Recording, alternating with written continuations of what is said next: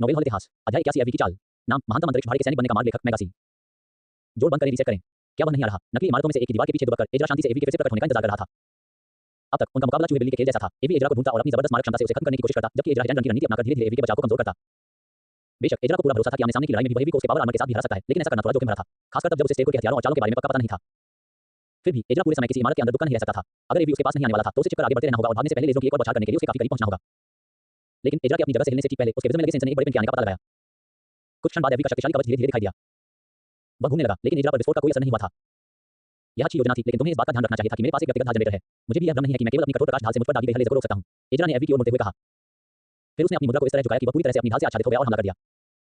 इससे पहले उसने एवी के शक्तिशाली कवच से पराजित होने की आशंका के कारण आमने सामने की लड़ाई से परहेज किया था, लेकिन अब जब ये बात खत्म हो चुकी थी, तो वह अपनी जबरदस्त शारीरिक क्षमताओं से इस लड़ाई को समाप्त करने के लिए स्वतंत्र था। नोवेल हॉल इतिहास अध्याय 82 एवी की चाल 2। नाम महानतम अंतरिक्ष भाड़ी के सैनिक बनने का मार्ग लेखक मेगासी। जोड़ बंद करें, रीसेट करें। एजरा की तेज आहट सुनकर एवी बगल के गलियारे में छिप गया। छिपते ही उसने देखा कि जहां वह कुछ देर पहले खड़ा था, उसके पीछे की दीवार पर एक तेज रोशनी पड़ी। उसका प्रतिद्वंदी उसके करीब आ रहा था। ऐसे में उसके पास अपने लेजर पिस्तौल से गोली चलाने का पूरा मौका था। पीठ में गोली लगने से बचने के लिए एवी उस रास्ते से भागा जो उसने पहले से तय कर रखा था। वह रास्ता कई तीखे मोड़ों से भरा था, जिससे एजरा के लिए उसे देख पाना या अपनी शारीरिक ताकत का इस्तेमाल करके जल्दी से उसका पीछा करना मुश्किल हो रहा था। भागते हुए एवी ने सोचा, ये बिल्कुल वैसा ही है जैसा उसने मुझे प्रशिक्षण देने से पहले वह परीक्षण दिया था। वह पहले से ही अपने से ज्यादा ताकतवर, तेज और अनुभवी व्यक्ति के पीछा करने का आदी था। एजरा का उसका पीछा करना उसे पुरानी यादें ताज़ा कर रहा था, हालांकि उसके साथ उसका प्रशिक्षण कुछ ही महीने पहले खत्म हुआ था। जब उसे पता चला कि इमारत में इधर-उधर भागने की कोई गुंजाइश नहीं है, तो एवी ने योजना के मुताबिक खिड़की से छलांग लगा दी। जमीन पर गिरते ही उसके शरीर में एक जोरदार झटका लगा, लेकिन तेज दर्द के बावजूद उसने खुद को आगे बढ़ने के लिए मजबूर किया। उसने पहले भी इससे ज्यादा दर्द सहा था और कुछ ही पलों में वह ठीक हो जाएगा। जाहिर है, एजरा ने बिना किसी हिचकिचाहट के एजरा का अनुसरण किया। उसने एवी पर निशाना साधने की कोशिश की, लेकिन उसका निशाना एक गली में चला गया जहां एक और इमारत रास्ता रोक रही थी। जमीन पर पैर रखते ही एजरा एवी के पीछे दौड़ पड़ा। चूहे बिल्ली के स्केल में बहुत ज्यादा ताकतवर और तेज था। उसकी जीभ बस कुछ ही समय की बात थी। लेकिन जैसे ही वह उस कोने से मुड़ने वाला था जहां से एवी गुजरा था, कई लेजर किरणें एक के बाद एक तेजी से उसकी ओर आईं। इससे एजरा एक पल के लिए रुक गया। एवी ने साफ तौर पर एजरा के नजर आते ही उस पर हमला करने की कोशिश की थी, लेकिन वह एक सेकंड के अंश से चूक गया। ऐसा नहीं है कि यह मुझे रोक देगा, एजरा ने सोचा, अपनी कठोर प्रकाश ढाल को आगे बढ़ाते हुए और एवी के हमलों के बीच से रास्ता बनाने की तैयारी करते हुए। हालांकि जैसे ही वह कोने से मुड़ा, उसे एक अप्रिय आश्चर्य का सामना करना पड़ा। अब आखिरकार मैंने तुम्हें खुले में पकड़ लिया है, एवी ने मुस्कुराते हुए कहा, जैसे ही उसके पावर आर्मर का खुला कॉकपिट उसके चारों ओर बंद हुआ। उसने इसे दूर से निर्देश दिए थे कि वह इस गली में आकर उसके लौटने का इंतजार करे। फिर वह वापस अंदर कूद गया और अपनी लेजर पिस्टल से गोली चलाई ताकि ऐसा लगे कि वह एजरा को निशाना बना रहा है, जबकि वास्तव में वह उसे थोड़ा धीमा करना चाहता था। अब अपने स्टेरकोड पावर आर्मर में वापस आकर एवी ने उड़ने के लिए उसकी पीठ और पैरों पर लगे बूस्टर्स को सक्रिय कर दिया। खतरनाक रूप से तेज गति से उसका पावर आर्मर आगे बढ़ा। अब एवी की बारी थी कि वह पूरी ताकत से एजरा की ओर बढ़े। अब जब एजरा उस संकरी गली में फंस गया था जिसमें एवी का पावर आर्मर मुश्किल से समा पा रहा था, तो उसके लिए वहां से हटना नामुमकिन था। वह बस इतना ही कर सकता था कि अपने हार्ड लाइट शील्ड को आगे की ओर पकड़े रहे और टक्कर के लिए तैयार रहे। अगर किसी आम इंसान को भारी पावर आर्मर से तेज गति से टक्कर लगती, तो वह पल भर में कुचल जाता। लेकिन एजरा की प्रजाति के शरीर स्वाभाविक रूप से मजबूत थे और उसके बायोमेकेनिज्म ने उसकी पहले से ही प्रभावशाली शारीरिक क्षमताओं को और भी बढ़ा दिया था। एवी के हमले से पीछे धकेले जाने के बावजूद उसने खुद को सीधा रखा और अपनी एड़ियों को जमीन में गाड़ दिया। वह अपनी मांसपेशियों में खिंचाव महसूस कर रहा था, लेकिन फिर भी उसने पीछे धकेला। आखिरकार वह अपने पीछे एक इमारत की दीवार से टकरा गया और वहीं दब गया। स्टेरकोड के कंधों पर लगे लेजर चालू हो गए और एजरा के शील्ड पर हमला करने लगे। हार्ड लाइट चाहे जितना टिकाऊ क्यों न हो, उसकी भी सीमाएं थी और एवी के पावर आर्मर के लेजर चलाने की शक्ति खत्म होने से बहुत पहले ही उसका ऊर्जा स्रोत समाप्त हो जाएगा। दीवार से सटकर खड़ी एजरा ने अपना बचा हुआ हथियार उठाया और उसे सक्रिय कर दिया। उसके हाथ में पकड़े हुए डंडे से एक विशाल कठोर हल्का भाला निकला और उसने उसे एवी के पावर आर्मर के किनारे पर जोर से मारा। वे एजरा के एक ही बार से एवी के बचे हुए कवच की क्षमता तेजी से कम हो गई और उसके पावर आर्मर के अंदर अलार्म बजने लगे। ये देखो, एवी ने अपना एक हाथ पीछे खींचा और अपने पावर आर्मर के ग्लैड मुंह से आगे की ओर बढ़ा दिया। उसने एजरा के कवच पर जोर से प्रहार किया और उसके कवच में लगे इम्पैक्ट जनरेटर ने गतिज ऊर्जा की लहर पैदा कर दी। जिस मजबूत इमारत से एजरा सटा हुआ था, वह उसके अत्यधिक बल से टकराने पर फट गई। हालांकि यह सिर्फ एक प्रशिक्षण मैच था, एवी ने अपने हमले की पूरी ताकत लगा दी थी। शायद थोड़ा ज्यादा ही जोश में था, क्योंकि वे वास्तव में एक दूसरे को मारना नहीं चाहते थे। फिर भी भले ही उसका पूरा शरीर हिल गया था, एजरा ने हार नहीं मानी। उसने फिर से अपना हथियार चलाया और अपनी बची हुई ढालों को लगभग पूरी तरह से नष्ट कर दिया। वे एक और बार सहन नहीं कर सकती थी।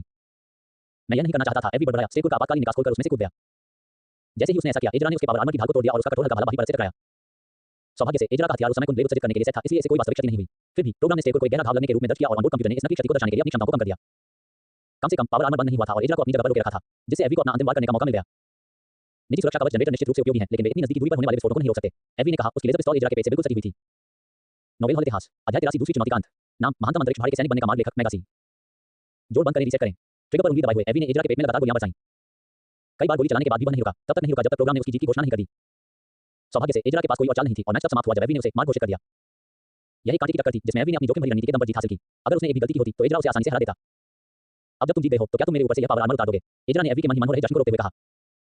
अपने प्रतिद्वंदी की ओर ध्यान देते हुए एवी ने देखा कि वह दीवार से सटकर गिरा हुआ है और कोई प्रतिरोध नहीं कर रहा है।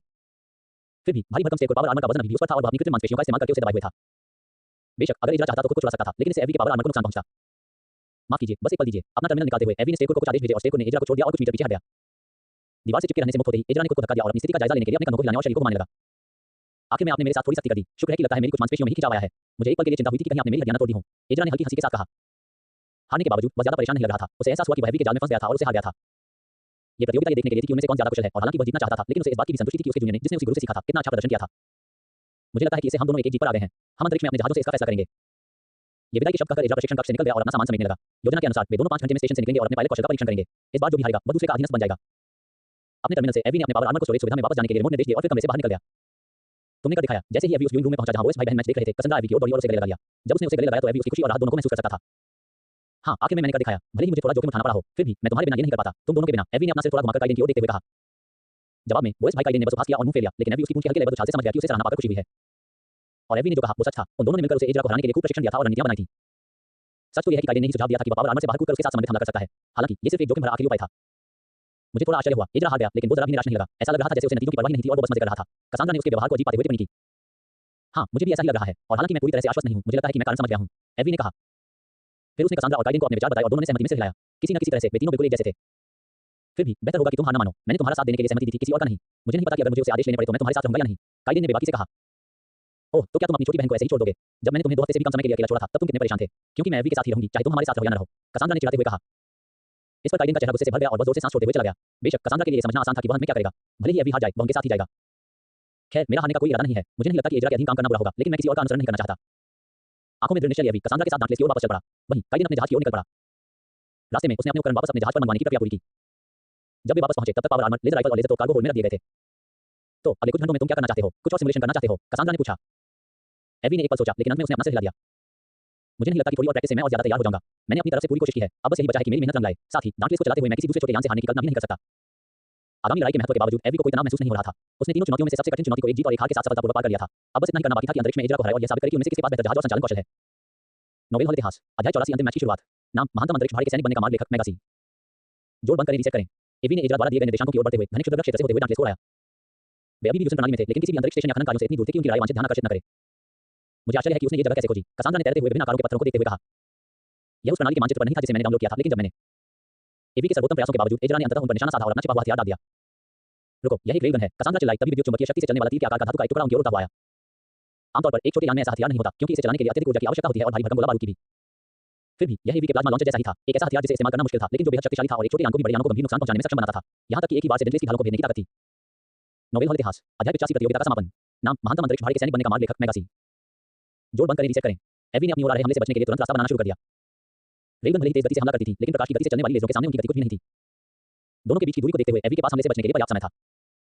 फिर भी एजरा अपने हथियारों की कमजोरियों को अच्छी तरह जानता था और उसकी रणनीति इसी कमजोरी को छुपाने के लिए बनाई गई थी। सीकर मिसाइलें आ रही हैं। कई कोनों से एजरा द्वारा दागी और विलंबित गति पर सेट की गई मिसाइलें अचानक मुड़ गईं और डांटलेस की ओर बढ़ने लगीं। रेलगन के हमले से बचने का कोई भी रास्ता पूरी तरह बंद हो गया। एवी पर घातक हमलों की बौछार होने में बस कुछ ही सेकंड बचे थे, जिन्हें उसका जहाज भी बिना किसी नुकसान के झेल नहीं पाता। इस संयोजन ने उसके प्रतिद्वंदी की कुशलता को दिखाया। वह अपनी सीकर मिसाइलों, मल्टी कैनन और लेजर ब्लास्टरों से लोगों को अपनी इच्छानुसार चलने पर मजबूर कर सकता था और फिर उन्हें घेरकर रेलगन से उनका सफाया कर सकता था। फिर भी एवी पहले भी इससे कहीं ज्यादा मुश्किल हालातों का सामना कर चुका था। रानी ऊर्जा जी द्वारा खाया जाना कहीं ज्यादा भयानक था और उस द्वारा उसे जिन कार्यक्रमों में लड़ने के लिए मजबूर किया गया था, उनमें से कुछ में उसे ऐसी पूरी सेनाओं का सामना करना पड़ा था जिनके खिलाफ जीतने का उसके पास कोई मौका नहीं था। ये जानते हुए कि अब केवल एक ही रास्ता बचा है, एवी आगे बढ़ा, सीधे उस तेजी से आती हुई धातु की वस्तु के रास्ते में। अपनी सारी शक्ति के बावजूद रेलगनों में कई कमजोरियां थी जिनका फायदा उठाया जा सकता था। उनमें से एक ये थी कि प्रक्षेपास्त्र के प्रक्षेपण को बदलना कितना आसान था। एवी ने अपनी तीनों भारी लेजर तोपों को प्रक्षेपास्त्र पर निशाना साधा और उसे रास्ते से हटा दिया। उसने केवल उसके पथ को थोड़ा सा बदला, लेकिन इससे उसे उसके पास से गुजरते हुए निकलने का मौका मिल गया। बेशक खोजी मिसाइलें अभी भी उसका पीछा कर रही थी, लेकिन घेराबंदी से बचने के बाद वे सभी उसका पीछा करते हुए उसके पीछे कतार में खड़ी हो गईं। पिछले हिस्से में लगी स्कैटर गनों से कुछ ही शॉट्स में सभी मिसाइलें टुकड़े टुकड़े हो गईं और बेअसर होकर फट गईं। बाहर रहा है, ऊपर से स्पेक्टर को आते देख एवी बुदबुदाया। एजरा अपनी निर्णायक चाल नाकाम होने से पीछे हटने वाला नहीं था। वह तुरंत अपने मल्टी कैनन और लेजर ब्लास्टर से पूरी ताकत से एवी पर फिर से टूट पड़ा। एवी ने बचने की कोशिश की, लेकिन उस पर आ रही गोलियों और लेजरों की बौछार से पूरी तरह बचना नामुमकिन था। यह मत सोचो कि मैं पलटवार नहीं करूंगा। उसके भारी लेजर कैनन निशाने पर लग गए। एवी ने ट्रिगर दबाया और प्रकाश के 3 शक्तिशाली गोले अंतरिक्ष में स्पेक्टर की ओर बढ़े। दोनों एक दूसरे पर वार करते रहे और धीरे-धीरे एक दूसरे की ढाल को कमजोर करते गए। दोनों में से किसी ने भी दूसरे को निर्णायक वार करने का मौका नहीं दिया। जब भी उन पर भारी गोलीबारी होती, वे अपनी सुरक्षा के लिए मौजूद क्षुद्रग्रहों का इस्तेमाल ढाल की तरह करते। वह निश्चित रूप से हमारे करीब आने से सावधान है। मुझे लगता है उसने समुद्री डाकुओं के हमले के रिकॉर्ड देखे होंगे और उसे डेंजलेस के प्लाज्मा लॉन्चरों के बारे में पता चल गया होगा। अब तक एजरा लड़ाई को मध्यम दूरी पर रखने की पूरी कोशिश कर रहा था, जहां उसके अधिकांश हथियार सबसे ज्यादा असरदार थे। अगर वह करीब जाता तो रेलगन से निशाना लगाने की संभावना बढ़ जाती, लेकिन इससे वह एवी के प्लाज्मा लॉन्चरों की रेंज में भी आ जाता। एक सीधा निशाना उसकी ढालों को भेद सकता था। हमारे लेजर तोपों की मारक क्षमता उसके किसी भी हथियार से कहीं ज्यादा है। अगर हम चाहें तो दूरी बनाए रखकर हम उसे आखिरकार मार गिरा सकते हैं, कसांड्रा ने सुझाव दिया। हालांकि एवी को ये योजना पसंद नहीं आई। यह शायद काम कर जाए, लेकिन ज्यादा संभावना यही थी कि एजरा लंबी दूरी के हमलों को रोकने के लिए क्षुद्रग्रहों का इस्तेमाल करेगा और धीरे-धीरे करीब आता जाएगा। एवी शायद उन्हें एक तरह के गतिरोध में फंसा सकता था जो तभी टूटता जब उनके किसी जहाज की शक्ति खत्म हो जाती, लेकिन असली लड़ाई में ऐसा शायद कभी नहीं होता। और यही इस द्वंद्व का उद्देश्य था। मुझे लगता है अब हमारे गुप्त हथियार को निकालने का समय आ गया है। शर्त लगाओ कि वह उम्मीद कर रहा होगा कि हमारा सामान्य स्वचालित बुर्ज फिर से लगा दिया गया है। जिस क्षुद्रग्रह के पीछे बाहर ले रहा था, उसे निकलकर एवी सीधे स्पेक्टर की ओर बढ़ा। ये देखकर एजरा ने कुछ दूरी बनाए रखने के लिए अपने जहाज को पीछे की ओर मोड़ा और अपने चार मुख्य हथियारों से गोलीबारी शुरू कर दी। डाउनप्लेस के ऊपर वह डिब्बा खुल गया जहां आमतौर पर स्वचालित बुर्ज रखा जाता था। एजरा ने तुरंत हथियारों के खतरे को बेअसर करने के लिए और अधिक चाक और नकली बीकन तैनात किए। हालांकि वह तब हैरान रह गया जब बाहर निकला स्वचालित बुर्ज नहीं, बल्कि आईआईएमपीएम के साथ। क्योंकि हथियार बुरी तरह क्षतिग्रस्त हो चुका था और उसकी मरम्मत में काफी समय लग रहा था, इसलिए एलायंस पुलिस ने उसे एवी को बेच दिया था। उन्हें इसकी शायद ही कभी जरूरत पड़ती थी और नया हथियार मरम्मत के खर्च से कुछ ही ज्यादा कीमत में मिल सकता था। जब एवी ने इसे खरीदने में दिलचस्पी दिखाई तो सही कीमत मिलने पर उन्होंने उसे एवी को सौंपने में कोई कसर नहीं छोड़ी। अपने भारी लेजर तोपों से बड़े क्षेत्र में वार करते हुए एवी ने एजरा के क्षणों को सीमित कर दिया, ठीक उसी तरह जैसे उसके प्रतिद्वंदी ने पहले सीकर मिसाइलों से किया था। फिर जब उसे निशाना साधने का मौका मिला तो उसने अपना ईएमपी ब्लास्टर दागा और एजरा की ओर ऊर्जा का एक चमकता हुआ सफेद घेरा भेजा। यह हमला लेजर जितना तेज नहीं था और न ही इसे कोई वास्तविक नुकसान हुआ, लेकिन ये स्पेक्टर के इलेक्ट्रॉनिक सिस्टम को बाधित कर सकता था और पर्याप्त वार होने पर वह जहाज को पूरी तरह से निष्क्रिय भी कर सकता था। अपने चारों हथियारों से लगातार फायरिंग करते हुए एवी ने एजरा को मजबूर कर दिया कि वह सोच समझकर ही हमले झेले, चाहे वह कितना भी कुशल पायलट क्यों न हो। ऐसे मौके तो आने ही वाले थे जब वह हमलों से बच नहीं पाता। यही बात एवी पर भी लागू होती थी। उसकी अपनी शील्ड भी कमजोर पड़ने लगी थी और उनके समझौते के अनुसार इस लड़ाई के दौरान किसी भी पक्ष को शील्ड का इस्तेमाल करने की अनुमति नहीं थी। इससे लड़ाई बेवजह लंबी खींच जाती। हमने 7वीं बार उस पर आइडा से हमला किया है। मुझे आखिरकार उसके सिस्टम में कुछ अस्थिरता महसूस हो रही है, कसांड्रा ने कहा, जो लड़ाई पर बारीकी से नजर रख रही थी। ठीक है, लगता है अब करो या मरो का समय है। एस्टेरॉइड फील्ड में तेजी से घूमते हुए एवी ने ऐसा दिखाया जैसे वह हिजरा से दूरी बनाने की कोशिश कर रहा हो। वह अपने प्रतिद्वंदी को यह विश्वास दिलाना चाहता था कि वह उसकी कमजोर होती शील्ड से डरता है और अपने भारी लेजर तोपों से लंबी दूरी से हमला करने वाला है। स्वाभाविक रूप से चूंकि यह रणनीति एवी और कसांड्रा दोनों ने मिलकर बनाई थी, इसलिए एजरा ने भी इस पर विचार किया था। जैसा कि उम्मीद थी, वह हमारे पीछे आ रहा है। रडार पर स्पेक्टर को पास आते देख एवी ने टिप्पणी की। युद्ध के मौजूदा माहौल में लंबी लड़ाई एजरा के पक्ष में नहीं थी। एवी के ईएमपी हमलों के कारण उसका जहाज सामान्य से धीमी गति से प्रतिक्रिया कर रहा था और अगर उसे और हमले झेलने पड़े तो वह आगे लड़ नहीं पाएगा। हालांकि अपनी शील्ड को प्राथमिकता देने के कारण एजरा को विश्वास था कि वह एवी की भारी लेजर तोपों के कुछ और बार झेल सकता है। अब उसके लिए इस लड़ाई को खत्म करने का समय था, इससे पहले कि उसका दुश्मन अपनी स्थिति बदल सके। बस थोड़ा और करीब, और अब जैसे ही एजरा उनके करीब पहुंचा, एवी ने डांटलेस को घुमाया और सीधे अपने प्रतिद्वंदी की ओर बढ़ गया। नकली लड़ाई के दौरान एवी द्वारा पहले ही एक बार फंसाए जाने के कारण एजरा इस तरह की रणनीति के प्रति सतर्क था और उसने तुरंत प्रतिक्रिया दी। लेकिन हालांकि वह तैयार था, उसका जहाज तैयार नहीं था। ईएमपी विस्फोटों से उसके सिस्टम में आई गड़बड़ी ने उसकी गति को थोड़ा धीमा कर दिया था और इस पल यही घातक साबित हुआ। आखिरी कोशिश के तौर पर एजरा ने अपनी रेलगन को छोड़कर बाकी सभी हथियारों से गोलीबारी शुरू कर दी। एवी उसके बहुत करीब आ चुका था और अब पीछे से गोली लगने के डर से भागना उसके लिए नामुमकिन था, इसलिए उसके पास अपने दुश्मन को पहले ही खत्म करने के अलावा कोई चारा नहीं था। कासिंड्रा, मैं तुम्हें लेजर तोपों का नियंत्रण दे रहा हूं। सीकर मिसाइलों को मार गिराने पर ध्यान दो। एवी ने डांटलेस को चलाने पर पूरा ध्यान केंद्रित करते हुए कहा। ऐसे खतरनाक पैंतरेबाजी करते हुए, जिनसे इतना जबरदस्त जीफोर्स पैदा हुआ जो जहाज के इनिशियल डैम्पनर की सहनशीलता से भी ज्यादा था, एवी ने गोलियों से बचते हुए स्पेक्टर की ओर बढ़ना शुरू कर दिया। जल्द ही एक अलार्म बज उठा जिससे पता चला कि उनकी शील्ड 10% से नीचे गिर गई है, लेकिन एवी रुका नहीं। अब उसके पास जीतने का यही एकमात्र मौका था। तुम्हारे पास। जैसे ही एवी आगे बढ़ा, उसने अपने जहाज को इस तरह घुमाया कि उसका ऊपरी हिस्सा स्पेक्टर की ओर हो गया और उसने प्लाज्मा के 2 सफेद गन गोले दागे। एजरा ने हमलों से बचने के लिए अपने थ्रस्टर्स को चालू किया, लेकिन वह थोड़ा धीमा रह गया। आगे से निकले प्लाज्मा ने उसके जहाज के पिछले हिस्से को पकड़ लिया और आसानी से उसकी ढालों को भेद दिया। एक पल के लिए स्पेक्टर तेज रोशनी से घिर गया और फिर अंतरिक्ष यान पूरी तरह से रुक गया। क्षति की गणना करने वाले प्रोग्राम ने निर्धारित किया कि एजरा का यान नष्ट हो गया था और उसे क्षण भर के लिए बंद कर दिया। हम प्रशिक्षण गोले इस्तेमाल कर रहे थे, लेकिन ऐसा लगता है कि प्लाज्मा ने फिर भी उसके पतवार और थ्रस्टर्स को कुछ नुकसान पहुंचाया है। कसांड्रा ने स्पेक्टर पर सेंसर रीडिंग निकालते हुए कहा। इस द्वंद्व के लिए उनके सभी हथियारों को कमजोर कर दिया गया था, लेकिन उनमें अभी भी कुछ नुकसान पहुंचाने के लिए पर्याप्त शक्ति थी। अगर कोई असुरक्षित व्यक्ति उनमें से किसी की चपेट में आ जाता तो वह तुरंत भाग बनकर उड़ जाता या टुकड़े-टुकड़े हो जाता। खैर, मेरे पास इस बात पर कोई आपत्ति नहीं है, इसलिए ये तुम्हारी जीत है। तुमने मेरे द्वारा निर्धारित 3 चुनौतियों में से 2 में मुझे हरा दिया। अब से मैं तुम्हारा अनुसरण करूंगा, नेता। हारने के बावजूद एजरा की आवाज में निराशा का कोई निशान नहीं था। वास्तव में उसका लहजा थोड़ा प्रसन्न लग रहा था। आखिरकार वह ऐसे साथियों की तलाश में था जिन्हें वह अपना साथी मान सके। वह नेतृत्व करे या न करे, यह उसके लिए ज्यादा मायने नहीं रखता था। जब तक सबसे अच्छा नेतृत्व कर रहा था, बस यही मायने रखता था। मुझे खुशी होगी अगर तुम मेरी टुकड़ी में शामिल हो जाओ। इससे तुम चौथे सदस्य बन जाओगे और हमें अपना तीसरा जहाज मिल जाएगा। अब हम एक असली भाड़ी के सैनिकों का समूह होंगे, भले ही छोटा हो। एजरा ने अपनी जीत की खुशी में मुस्कुराते हुए जवाब दिया। एजरा कुशल और अनुभवी था, एक महत्वाकांक्षी भाड़ी के सैनिक के रूप में जो अपनी सेना बढ़ाना चाहता था, उसके लिए एजरा से बेहतर कोई सदस्य नहीं हो सकता था। अरे हाँ, अगर आपको बुरा न लगे तो अपने नए अधीनस्थ की मदद कर दीजिएगा। मुझे स्टेशन तक वापस जाने के लिए किसी की मदद चाहिए। मेरे जहाज के थ्रस्टर अभी ठीक से काम नहीं कर रहे हैं और मुझे डर है कि अगर मैंने उन पर ज्यादा जोर डाला तो और नुकसान हो सकता है। जरूर, लेकिन इसके लिए आपको पैसे देने होंगे। वापस पहुंचने पर हम मेरी जीत का जश्न मनाने के लिए पार्टी करेंगे और बिल आपको ही भरना होगा। नोबेल हॉल इतिहास, अध्याय 86 अंतिम शिक्षा। नाम, महानतम अंतरिक्ष भाड़ी के सैनिक बनने का मार्ग लेखक मेगासी। जोड़ बंद करें, रीसेट करें। एवी ने एजरा के जहाज के चारों ओर डेंटलेस के ट्रैक्टर बीम को सक्रिय किया और यूसन 2 की ओर अपना मार्ग निर्धारित किया। यूसन प्राइम पर पुरस्कार समारोह के बाद से वह घर नहीं गया था और वापस जाने के लिए तैयार था। मैंने इसके बारे में न सोचने की बहुत कोशिश की है, लेकिन हम जल्द ही इस सिस्टम को छोड़ने वाले हैं। बड़े पैमाने पर हुए हमले के बाद समुद्री डाकुओं की गतिविधि काफी कम हो गई है और हालांकि ऊर्जा जीव अप्रत्याशित थे, लेकिन ऐसा नहीं है कि यहाँ वास्तव में कोई खतरनाक अंतरिक्ष राक्षस मौजूद है। भाड़ी के सैनिकों का काम भी लगभग ठप हो गया है। शुरुआत से ही एवी जानता था कि उसे अपना ग्रह सिस्टम छोड़ना होगा। भाड़ी के सैनिकों को गतिशील रहना पड़ता है और हाँ, वह जल्द ही यहाँ होगा। कसांड्रा ने उत्तर दिया। कृपया मेरे बटुए पर थोड़ा रहम करो। मुझे आखिरकार तुम्हें 8.5 मिलियन क्रेडिट भेजने होंगे। एजरा ने कहा। उसकी आंखों में थोड़ी खालीपन थी क्योंकि वह कल्पना कर रहा था कि उसकी आधी बचत पल भर में गायब हो जाएगी। हालांकि हैंगर से निकलते ही उन्हें एक अप्रत्याशित मेहमान मिला। अंकल, आप यहाँ क्या कर रहे हैं? दीवार से टिके हुए और कुछ जर्की चबाते हुए उस इंतजार कर रहे थे। ज्यादातर लोगों को वे बस एक तगड़े बुरे आदमी लग सकते थे, लेकिन जिन्होंने उनसे प्रशिक्षण लिया था उनके लिए ये स्पष्ट था कि वे अभी एक प्रभावशाली व्यक्ति थे। मैंने सुना था कि जिन 2 छात्रों को मैंने भाड़ी के सैनिक बनने का प्रशिक्षण दिया था, वे आपस में लड़ रहे थे। मैंने सोचा कि आकर देख लूं कि क्या नतीजा निकलता है और यह भी कि कहीं तुम दोनों के बीच इतनी दुश्मनी तो नहीं हो गई कि तुम एक दूसरे को मारने लगो। वैसे लगता है मेरी चिंता बेकार थी। उसको उनकी प्रतियोगिता की सही प्रकृति का पता नहीं था। उन्होंने बस एलायंस पुलिस के एक दोस्त से सुना था और पुरस्कार समारोह में एजरा को एवी को चुनौती देते हुए देखा था। हाँ, मुझे थोड़ी हैरानी हुई, लेकिन एजरा का कोई बुरा इरादा नहीं था। हमने आपस में लड़ाई की और अब मैं उस भाड़ी के सैनिकों के समूह की कमान संभालूंगा जिसे हम बना रहे हैं। एजरा भी हमारे साथ जुड़ रहा है, इसलिए मुझे लगता है कि हमारी शुरुआत काफी अच्छी रही है। एवी ने गर्व से कहा। मैं समझ गया। मैंने कभी नहीं सोचा था कि वो दिन भी आएगा जब वो लड़का जिसने मुझसे प्रशिक्षण देने की गुहार लगाई थी और जिसने कभी किसी के साथ काम करने का कोई संकेत नहीं दिया था, सहयोगी ढूंढेगा। उसने अपनी भौहें उठाते हुए अपने भतीजे की ओर मुड़ते हुए कहा। पिछले 6.5 सालों में मैंने बहुत कुछ झेला है चाचा। इतने समय में मैंने भाड़ी के सैनिक होने के बारे में काफी कुछ सीख लिया है और मैं जानता हूं कि मैं अकेले जितना आगे जा सकता हूं उसकी सीमा तक पहुंच चुका हूं। मुझे यकीन है कि आप इसे किसी और से बेहतर जानते हैं। इसलिए जब मुझे आपसे संदेश मिला कि आप किसी और को प्रशिक्षण दे रहे हैं तो मैंने इसे एक संकेत समझा। मेरे लिए साथी ढूंढने का समय आ गया था और मुझसे बेहतर कौन हो सकता है जिसने उसी गुरु से सीखा हो। बेशक एजरा ने शुरू में सोचा था कि वह भी कोई अनुभवी और अधिक कुशल भाड़ी के सैनिक के रूप में आसानी से अपने साथ शामिल कर लेगा, लेकिन ऊर्जा जीवन की घटना के बाद सब कुछ बदल गया। एवी ने न केवल उसे बेहतर प्रदर्शन किया बल्कि उसे किसी भी भाड़ी के सैनिक को मिलने वाला तीसरा सबसे बड़ा पुरस्कार भी मिला। ये स्पष्ट था कि उसका अनुभव उसे निर्विवाद रूप से श्रेष्ठ नहीं बनाता था और एवी जैसा कोई भी व्यक्ति आसानी से उसका साथ देने के लिए सहमत नहीं होता। इसलिए उसने एक प्रतियोगिता का प्रस्ताव रखा था। हालांकि एक समय ऐसा आया जब उसे इस बात की परवाह नहीं रही कि वह जीतेगा या नहीं। अपने चाचा को सब कुछ समझाने के बाद उसने सहमति में सिर हिलाया। मैंने अपने पूरे करियर में अकेले ही काम किया है, लेकिन मैं समझता हूं कि तुम दोनों क्या कहना चाहते हो। अंतरिक्ष में बहुत सारे खतरे मौजूद हैं और ऐसे में किसी का साथ होना अच्छा लगता है। कभी-कभी मुझे लगता है कि काश मैंने खुद भी अच्छे संबंध बनाने की कोशिश की होती। उसने अपनी आंखों में थोड़ी सी निराशा के साथ कहा। फिर भी उसकी क्षणिक कमजोरी तुरंत गायब हो गई। चूंकि तुम दोनों यहाँ हो तो क्यों न मेरी तरफ से एक आखिरी परीक्षा लो। मुझे अच्छी कसरत की जरूरत है और मैं देखना चाहता हूं कि तुम दोनों ने कितना सुधार किया है। मैंने मर्चेंट्री एसोसिएशन की शाखा में एक कमरा पहले से ही तैयार रखा है। मेरे पीछे आओ। ये जानते हुए कि मना करना संभव नहीं था, एवी और एजरा उसके साथ चले गए और साथ ही स्टेशन के परिवहन नेटवर्क को अपने उपकरण एसोसिएशन भवन में भेजने के लिए तेजी से अनुरोध भेजते रहे। अल्पविराम, हम बुरा नहीं है, लेकिन तुम अभी भी पूरी तरह से तैयार नहीं हो। तुम दोनों में से किसी को भी मुझे हराने में अभी कुछ साल और लगेंगे। अपने पावर आर्मर में एवी जमीन पर लेटा हुआ था। उसने उसे बुरी तरह हराया था और प्रोग्राम ने सूट को नष्ट घोषित किए जाने पर बंद कर दिया था। एजरा भी इसी तरह जमीन पर औंधा पड़ा था। उसके शरीर में अभी भी उस जोरदार बिजली के झटके से ऐंठन हो रही थी जो उसे लगा था। साथ मिलकर काम करने पर भी वे दोनों अपने गुरु को हरा नहीं पाए। उस बहुत ज्यादा ताकतवर था और उनके मुकाबले कहीं ज्यादा अनुभवी था। उसने उन्हें टुकड़े-टुकड़े कर दिया था। तो अकेले काम करने वाला 5 सितारा भाड़ी का सैनिक कर सकता है। पूरे मैच को देखने के बाद कसांड्रा ने विस्मय से कहा। उसका वर्णन करने के लिए एक मजबूत के अलावा कोई और शब्द नहीं था। जब उसने हमला किया तो उसका एक भी बार व्यर्थ नहीं गया और भले ही ऐसा लग रहा था कि वह गिर गया है, उसके पास हमेशा स्थिति को बदलने का कोई न कोई तरीका होता था। एवी और एजरा को खुद को संभालने के लिए छोड़कर उस कमरे में आया जहां से कसंद्रा लड़ाई देख रही थी और अपने बैग से पानी की बोतल निकाली। तुम वही लड़की हो जिसे एवी ने हाल ही में अपने दल में शामिल किया है ना? जी जी, जब मेरा जहाज तबाह हो गया था और मैं बस एक सुरक्षित कॉकपिट के साथ पानी में तैर रही थी, तब उसने मुझे बचाया था। अगर वो न होता तो अब तक मैं मर चुकी होती। उसके दबदबे को देखते हुए कसंद्रा ने कुछ घबराकर जवाब दिया। यह एलायंस पुलिस की रिपोर्टों में मैंने जो पढ़ा है उससे मेल खाता है, लेकिन क्या तुमने उसे अपने बारे में बताया है कि तुम और तुम्हारा भाई भाड़े के सैनिक क्यों बने? उसकी यह बात सुनकर कसंद्रा की आंखें चौड़ी हो गईं।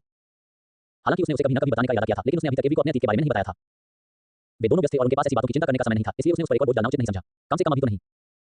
तुम्हें हमारे बारे में कैसे पता चला? इतनी दूर से ऐसी जानकारी मिलना मुमकिन नहीं होना चाहिए, कसंद्रा ने सावधानी से कहा। ओह, लगता है मैंने सही अंदाजा लगाया, उसने व्यंग्य भरी मुस्कान के साथ जवाब दिया। बेशक उसे कुछ शक तो था, लेकिन कासंद्रा और काइडेन के अतीत के बारे में उसके पास कोई ठोस जानकारी नहीं थी। उसे उनके बारे में सिर्फ वही रिकॉर्ड मिले थे जो मर्सिडी एसोसिएशन ने 5 साल पहले उनके शामिल होने के बाद से उनकी गतिविधियों के बारे में रखे थे। फिर भी ऐसा लग रहा था कि जानकारी जुटाने की उसकी कोशिश कामयाब हो गई थी। तुम क्या जानना चाहते हो? मुझे लगा था कि किसी साथी भाड़े के सैनिक के अतीत में झांकना मना है। ये सच है, लेकिन मैं तो रिटायर हो चुका हूँ। बस एक पूर्व भाड़े का सैनिक हूँ जो अपने प्रशिक्षित बच्चों की देखभाल करने की कोशिश कर रहा है। मुझे पता है कि तुम्हारी अपनी परिस्थितियां होंगी, लेकिन क्या वे एवी के लिए खतरा बनेंगी? कासंद्रा सहम गई और चुप रही, लेकिन उसको बस यही जवाब चाहिए था। उसके अतीत की कोई बात भविष्य में एवी के लिए खतरा साबित हो सकती थी। मैं तुम्हें उसे छोड़ने के लिए नहीं कहूंगा, लेकिन अगर मुझे पता चला कि तुम्हारी वजह से उसकी मौत हुई है और तुम बच गई हो, तो मैं तुमसे मिलने जरूर आऊंगा। उसने कसंद्रा को एक 5 सितारा भाड़े के सैनिक की पूरी ताकत से धमकाते हुए कहा। जोर से घूम भरते हुए कसंद्रा उसकी चेतावनी सुनकर पीली पड़ गई। कुछ ही क्षण बाद एवी और एजरा थके हुए चेहरों के साथ अंदर आए। क्या यहाँ कुछ चल रहा है? कमरे में तनाव महसूस करते हुए एवी ने पूछा। ना नहीं, कुछ नहीं हो रहा है, हम बस बातें कर रहे थे। कसंद्रा ने जल्दी से एवी को जवाब दिया और बात को छिपाने की कोशिश की। जैसा कि उस महिला ने कहा, हम बस बातें कर रहे थे। शायद मैंने भाड़े के सैनिक के रूप में अपने सुनहरे दिनों की एक थोड़ी ज्यादा ही अश्लील कहानी सुना दी। उसने तनाव को दूर करने के लिए जोर से हंसते हुए कहा। अब मुझे लगता है कि आप सभी अपने बैंक के गठन का जश्न मनाने जा रहे थे। क्योंकि मैंने आपकी योजनाओं को बिगाड़ दिया और आपका समय बर्बाद किया, इसलिए मुझे अपने भतीजे की जगह भुगतान करने दें। लगता है कि वह पहले ही काफी पैसा खो चुका है। उसके इशारे पर वे चारों उस बार की ओर चल पड़े जहां उन्होंने एक कमरा बुक किया हुआ था और वहां उनकी मुलाकात काइडेन से हुई। उसके बाद उन्होंने पूरा दिन पार्टी करते हुए बिताया, भाड़े के सैनिकों के काम के रोमांच और खतरों के बीच मौज मस्ती का भरपूर आनंद लिया। नोबेल हॉल इतिहास अध्याय 87 खतरे में एक परिचित। नाम महानतम अंतरिक्ष भाड़े के सैनिक बनने का मार्ग लेखक मेगासी। जोड़ बंद करें, रीसेट करें। वाह, अब अच्छा लग रहा है। एवी ने दिल्ली जहाज पर बने मेडिकल कक्ष से बाहर निकलते हुए अपने हाथ सिर के ऊपर फैलाए। पिछली रात उसने कसंद्रा, काइडेन, एजरा और उसके साथ जमकर पार्टी की थी। काफी समय से शराब न पीने के कारण एवी ने खुद को कुछ ज्यादा ही पीने की छूट दे दी और बुरी तरह नशे में धुत हो गया। सोने के बाद जब वह उठा तो सब ठीक था। जहाज पर लौटने के बाद कसंद्रा के साथ खूब मस्ती करने और पानी न पीने के कारण एवी को भयानक हैंगओवर हो गया था। सौभाग्य से उसके जहाज में बने छोटे से मेडिकल कक्ष में एक रेस्टोरेटिव पॉड था जिसमें वह कुछ ही मिनटों में आराम से लेकर अपनी इस मामूली परेशानी को दूर कर सकता था। अभी भी पूरी तरह तरोताजा महसूस कर रहा था। उसके शरीर से शराब निकल गई थी और शरीर में पानी की कमी पूरी हो गई थी। कसंद्रा ने भी पिछली रात काफी पी थी। वह भी सो रही है, लेकिन जब वह उठेगी तो उसे शायद रेस्टोरेटिव पॉड का इस्तेमाल करना चाहिए। एवी अपने कमरे में झांकते हुए सोच रहा था जहां कसंद्रा अभी भी बिस्तर पर सिकुड़ कर लेटी हुई थी। अपना टर्मिनल निकालते हुए एवी ने समय देखा क्योंकि उसने आज काइडेन और एजरा से संपर्क करके अगली चाल पर चर्चा करने की योजना बनाई थी। निर्धारित समय तक मेरे पास अभी भी लगभग 4 घंटे हैं। लगता है मुझे आकाशगंगा का नक्शा देखना चाहिए और ये तय करना चाहिए कि हम यहाँ से कहाँ जाएंगे। तभी जैसे ही अभी पायलट की कुर्सी पर बैठने के लिए कॉकपिट की ओर बढ़ रहा था, उसे डांटले से मुख्य कंप्यूटर से निकलता कागज मिला। कोई प्रवेश द्वार पर इंतजार कर रहा था। कैमरे से बाहरी दृश्य देखते हुए एवी ये देखकर थोड़ा हैरान हुआ कि वह कौन थी। इस बार उसने अपनी वर्दी नहीं पहनी है, शायद शिष्टाचार भेंट, लेकिन वह इतनी घबराई हुई और नींद से वंचित क्यों लग रही है। डांटले के ठीक बाहर जैस्मीन एरल इंतजार कर रही थी। वह पहले भी कुछ बार एवी के जहाज पर आ चुकी थी, लेकिन तब वह हमेशा पुलिस अधिकारी के रूप में काम के सिलसिले में आई थी। जैसे ही अभी उसका स्वागत करने के लिए आगे बढ़ा, कसंद्रा अचानक उसके कमरे से बाहर आ गई। उसने कुछ पल के लिए जम्हाई ली और फिर उसकी ओर बढ़ी। मुझे भी सूचना मिली, लगता है हमारे पास एक मेहमान है। कसंद्रा ने बाहरी कैमरों से वीडियो डिस्प्ले वाला अपना टर्मिनल दिखाते हुए कहा। अगर जैस्मीन सामान्य व्यवहार कर रही होती तो वह उठने के लिए खुद को मजबूर नहीं करती, लेकिन आमतौर पर शांत और संयमित रहने वाली साजन घबराई हुई और थकी हुई लग रही थी। जाहिर है उसके साथ कुछ हुआ था। जब एवी ने आखिरकार जहाज का मुख्य द्वार खोला तो जैस्मीन के चेहरे पर कुछ पल के लिए आशा की किरण दिखाई दी, इससे पहले कि उसने खुद को संभालने की पूरी कोशिश की। मुझे दखल देने के लिए माफ करें, लेकिन क्या आप मुझे थोड़ी देर के लिए जहाज पर आने देंगे? मुझे आपसे कुछ बात करनी है। ठीक है, उससे पहले क्या यह एलायंस पुलिस के काम से संबंधित है या कुछ और? एवी, बस उसे अंदर आने दो। कसांद्रा की आंखें सिकुड़ी हुई थी और वह हैंगर के प्रवेश द्वार को घूर रही थी। एक पल के लिए उसे लगा कि उसने किसी को उसके पीछे छिपा हुआ देखा है। फिर जब उसने ध्यान से देखा तो उसे 4 लोगों के दिल की हल्की धड़कनें सुनाई दी। ठीक है, स्वागत है सार्जेंट एरल्स, या चूंकि आप अभी वर्दी में नहीं है तो क्या हम आपको जैस्मीन कह दें? कसांद्रा के लहजे की गंभीरता को भांपते हुए एवी ने कहा और एक तरफ हट गई ताकि उनके मेहमान जहाज में प्रवेश कर सके। जैस्मीन ने जल्दबाजी में जहाज पर कदम रखा और जब उसके पीछे हैच बंद हो गया तभी उसने राहत की सांस ली और एवी को जवाब दिया। जैस्मीन, ठीक है, मैं अभी ड्यूटी पर नहीं हूं और न ही कभी रहूंगी। ये कहते ही एवी और कसांद्रा समझ गई कि वह टूटने की कगार पर है। मानो अपनी स्थिति की सच्चाई को स्वीकार करना ही वह आखिरी बोझ था जिसे वह नहीं सह सकती थी। चलिए कहीं बेहतर जगह चलते हैं जहां हम खुलकर बात कर सकें। एवी ने अपनी भावनात्मक रूप से अस्थिर मेहमान को डांटले के छोटे से भोजन कक्ष में ले जाते हुए कहा। वहां पहुंचकर वह जैस्मीन के सामने बैठ गया जबकि कसांद्रा ने ऑटो को घर पर चाय और नाश्ता बनाया। दोनों ने जैस्मीन के थोड़ा खाने पीने और शांत होने का इंतजार किया, फिर बातचीत शुरू की। तो आपने जो कहा उसका क्या मतलब था? क्या आपको नौकरी से निकाल दिया गया? कसांद्रा ने पूछा। जवाब में जैस्मीन ने सिर हिलाकर कहा, नहीं, मैंने इस्तीफा दे दिया है। जाहिर है वह अभी भी सदमे में थी, लेकिन स्वाभाविक रूप से अच्छी तनख्वाह और सुविधाओं से भरपूर नौकरी छोड़ने का कोई कारण तो रहा ही होगा। बहुत से लोग पुलिस साजन बनने का मौका पाने के लिए कुछ भी करने को तैयार रहते। अगर इस बारे में बात करना मुश्किल लग रहा है तो बस कुछ मिनट और ले लीजिए, खुद को संभाल लीजिए। हमें ये जानना जरूरी है कि क्या हुआ है, लेकिन यह मत सोचिए कि आपको तुरंत सब कुछ बताना है। आप यहाँ सुरक्षित हैं, इसलिए बस थोड़ी देर आराम कीजिए। एवी की बातें सुनकर जैस्मीन को कुछ राहत मिली और उसके शरीर का तनाव धीरे धीरे कम हो गया। जब वह तैयार हुई तो उसने आखिरकार बताया कि उसने पुलिस की नौकरी क्यों छोड़ी। लगभग 1.5 हफ्ता पहले की बात है। मेरे कप्तान ने मुझे अपने कार्यालय में बुलाया और मुझे एक नया काम सौंपा। मुझे लेफ्टिनेंट के पद पर पदोन्नत किया जाना था और यूसेन नाइक्स नाइट में स्थानांतरित किया जाना था। ये जानकर एवी और जैस्मीन दोनों की आंखें फटी रह गईं। यूसेन नाइक्स एक जेल कॉलोनी थी जहां पकड़े गए अंतरिक्ष समुद्री डाकुओं और अन्य अपराधियों को भेजा जाता था जिन्होंने कल्पना से परे जगह में अपराध किए थे। वहां वे समाज के प्रति अपना कर्ज चुकाने के लिए कठिन प्रसंस्करण संयंत्रों में काम करते थे। यह ऐसी जगह नहीं थी जहां कोई भी कभी जाना चाहे। बेशक जैस्मीन को वहां एक अधिकारी के रूप में भेजा जाता जो कैदी होने से कहीं बेहतर होता, लेकिन यह निश्चित रूप से एक भयानक कार्य था। इसके साथ उसे पदोन्नति देना भी उस माहौल की भरपाई नहीं कर पाता जहां से भेजा जा रहा था। मैं इसे अपना कर्तव्य मानकर स्वीकार कर लेती, लेकिन मेरे वरिष्ठ अधिकारी की नजरें मुझ पर टिकी थी। मैंने उनकी आंखों में वही भाव पहले भी देखा था जब वे अधिकारियों को ऐसे मिशन पर भेजते थे जहां उन्हें पता होता था कि उनमें से कुछ वापस नहीं लौटेंगे। उनकी नजरों में मैं पहले ही मर चुकी थी। जैस्मीन ने कहा, उसकी सांसें तेज और अनियमित हो रही थी। उस भयानक दिन को याद करते ही उसे घबराहट होने लगी थी। उसे एहसास हुआ कि उसे एवी के मामले की फाइलें लीक करने की सजा दी जा रही है। भले ही इस बात का कोई पुख्ता सबूत न हो कि उसका इसे कोई लेना देना था, लेकिन किसी शक्तिशाली व्यक्ति को स्पर्श था और उसे एक उदाहरण बनाया जाने वाला था। ये दुर्लभ था, लेकिन कभी-कभी कैदी दंगे कर देते थे। इससे भी ज्यादा असामान्य, कभी-कभी इन दंगों में अधिकारी मारे जाते थे। जैस्मीन इतनी समझदार थी कि वह समझ गई थी कि क्या हो रहा है। उसका तबादला और पदोन्नति एक मौत की सजा थी। अब उसके पास बस एक ही विकल्प बचा था, इस्तीफा देना। वह ऐसा करने से नफरत करती थी क्योंकि वह कानून के शासन को बनाए रखने के लिए एक अधिकारी बनी थी। वह न्यायपूर्ण होने और गठबंधन की व्यवस्था और निष्पक्षता को बनाए रखने में विश्वास करती थी। मैं कर्तव्य निभाते हुए मरने के लिए तैयार थी, लेकिन इस तरह नहीं। जैस्मीन ने कहा। उसकी आंखों से आंसू बह रहे थे और उसने मेज पर अपनी दोनों मुट्ठियां भींच ली थीं। जैस्मीन की बात सुनकर एवी समझ गया कि वह किस तरह की मुश्किल में है। और बात सिर्फ नौकरी खोने तक ही सीमित नहीं है। तुम्हारा पीछा किया जा रहा है ना? कसांद्रा ने पूछा। एक पल के लिए जैस्मीन ये सुनकर स्तब्ध रह गई, लेकिन उसने तुरंत सहमति में सिर हिलाया। वास्तव में उसे तसल्ली हुई कि किसी और ने इसकी पुष्टि कर दी है। लगता है जब हमने डेटाबेस का हैश खोला तो वे थोड़ी लापरवाही कर बैठे। एवी ने अपना टर्मिनल निकाला और अपने जहाज के बाहरी कैमरों से एक छोटी रिकॉर्डिंग चलाई। ये सिर्फ एक पल के लिए ही था, लेकिन जब एवी और कसांद्रा जैस्मीन का स्वागत करने के लिए बाहर आई, तो हैंगर के दरवाजे से एक व्यक्ति के चेहरे की झलक दिखाई दी। जैस्मीन चिल्लाई, मैंने उनसे कहा था कि मैं पागल या वहम में नहीं हूं। एवी के उसे शांत करने के बाद उसने बताया कि उसने पुलिस से संपर्क करने की कोशिश की थी क्योंकि उसे लगता था कि कोई उसका पीछा कर रहा है और उसके कमरे में चोरी हुई है, लेकिन पुलिस ने उसकी बात सुनी कर दी। उसने अपने पूर्व अधीनस्थों को भी फोन किया, लेकिन जब उन्होंने उसकी मदद करने की कोशिश की तो उन्हें डांट पड़ी। ऐसा लग रहा था कि किसी ताकतवर व्यक्ति ने उस पर नजर रखी हुई है। सिर्फ एक मामले में कुछ जानकारी लीक करने के शक पर इतना सब कुछ करना कुछ ज्यादा ही लग रहा है। क्या आप जानते हैं कि आपको नुकसान पहुंचाने के लिए कौन इतनी हद तक जा सकता है? बड़ी योजना के हिसाब से इतनी छोटी सी बात के लिए इतना कुछ करना कुछ ज्यादा ही लग रहा है।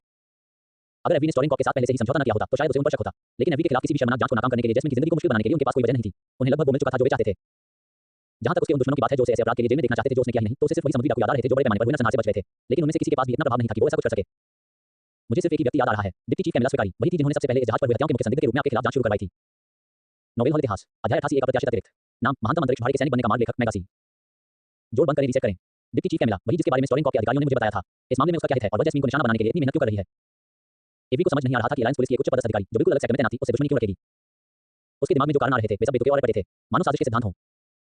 ये वाकई परेशान करने वाला है, लेकिन जब तक मैं उन सिस्टमों पर नियंत्रण रखता हूं जिन पर उसका अधिकार क्षेत्र है, तब तक सब ठीक रहेगा। अन्य जगहों पर उसका प्रभाव सीमित ही होगा। साथ ही मेरे वीरता पुरस्कार के लिए मेरे सिल्वर क्रॉस की बदौलत मेरी काफी इज्जत है। अलायंस पुलिस में कोई भी मुझ पर सीधे हमला नहीं करेगा जब तक कि उनके पास मेरे द्वारा किए गए किसी बड़े अपराध का कोई पुख्ता सबूत न हो। एवी ने सोचा।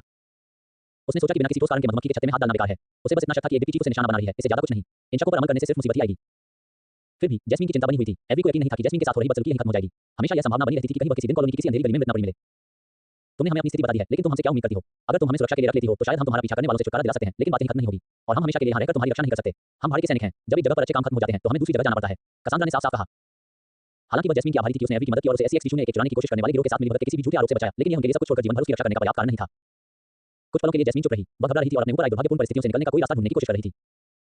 अंततः वह एक निष्कर्ष पर पहुंची। वह मजबूरी में यहाँ आई थी क्योंकि उसे लगा कि उसके पास सहारा देने वाला कोई नहीं है। अगर यही बात थी तो बेहतर यही होगा कि वह चली जाए। कृपया मुझे अपने साथ ले चलो। यहाँ रहने का मेरा कोई मकसद नहीं रह गया है और अगर हालात ऐसे ही चलते रहे तो मैं यहाँ नहीं रहना चाहती। मुझे यकीन है कि मैं मददगार साबित हो सकती हूँ। मुझे गठबंधन कानून की अच्छी जानकारी है और एक अधिकारी के रूप में अपने प्रशिक्षण के कारण मैं लड़ाई में भी अच्छी हूँ। मैं आपसे विनती करती हूँ, मुझे अपने दल में शामिल कर लीजिए। जैस्मीन ने अपना सिर इतना झुकाया कि वह लगभग उस मेज से टकरा गई जिसके चारों ओर वे बैठे थे।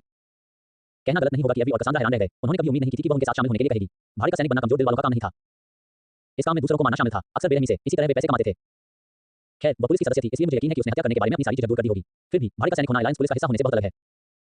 हालांकि एवी और कसांद्रा द्वारा भाड़ के सैनिक होने के खतरों और कठिनाइयों के बारे में चेतावनी देने के बावजूद जैस्मीन अभी भी डर दिख रही थी।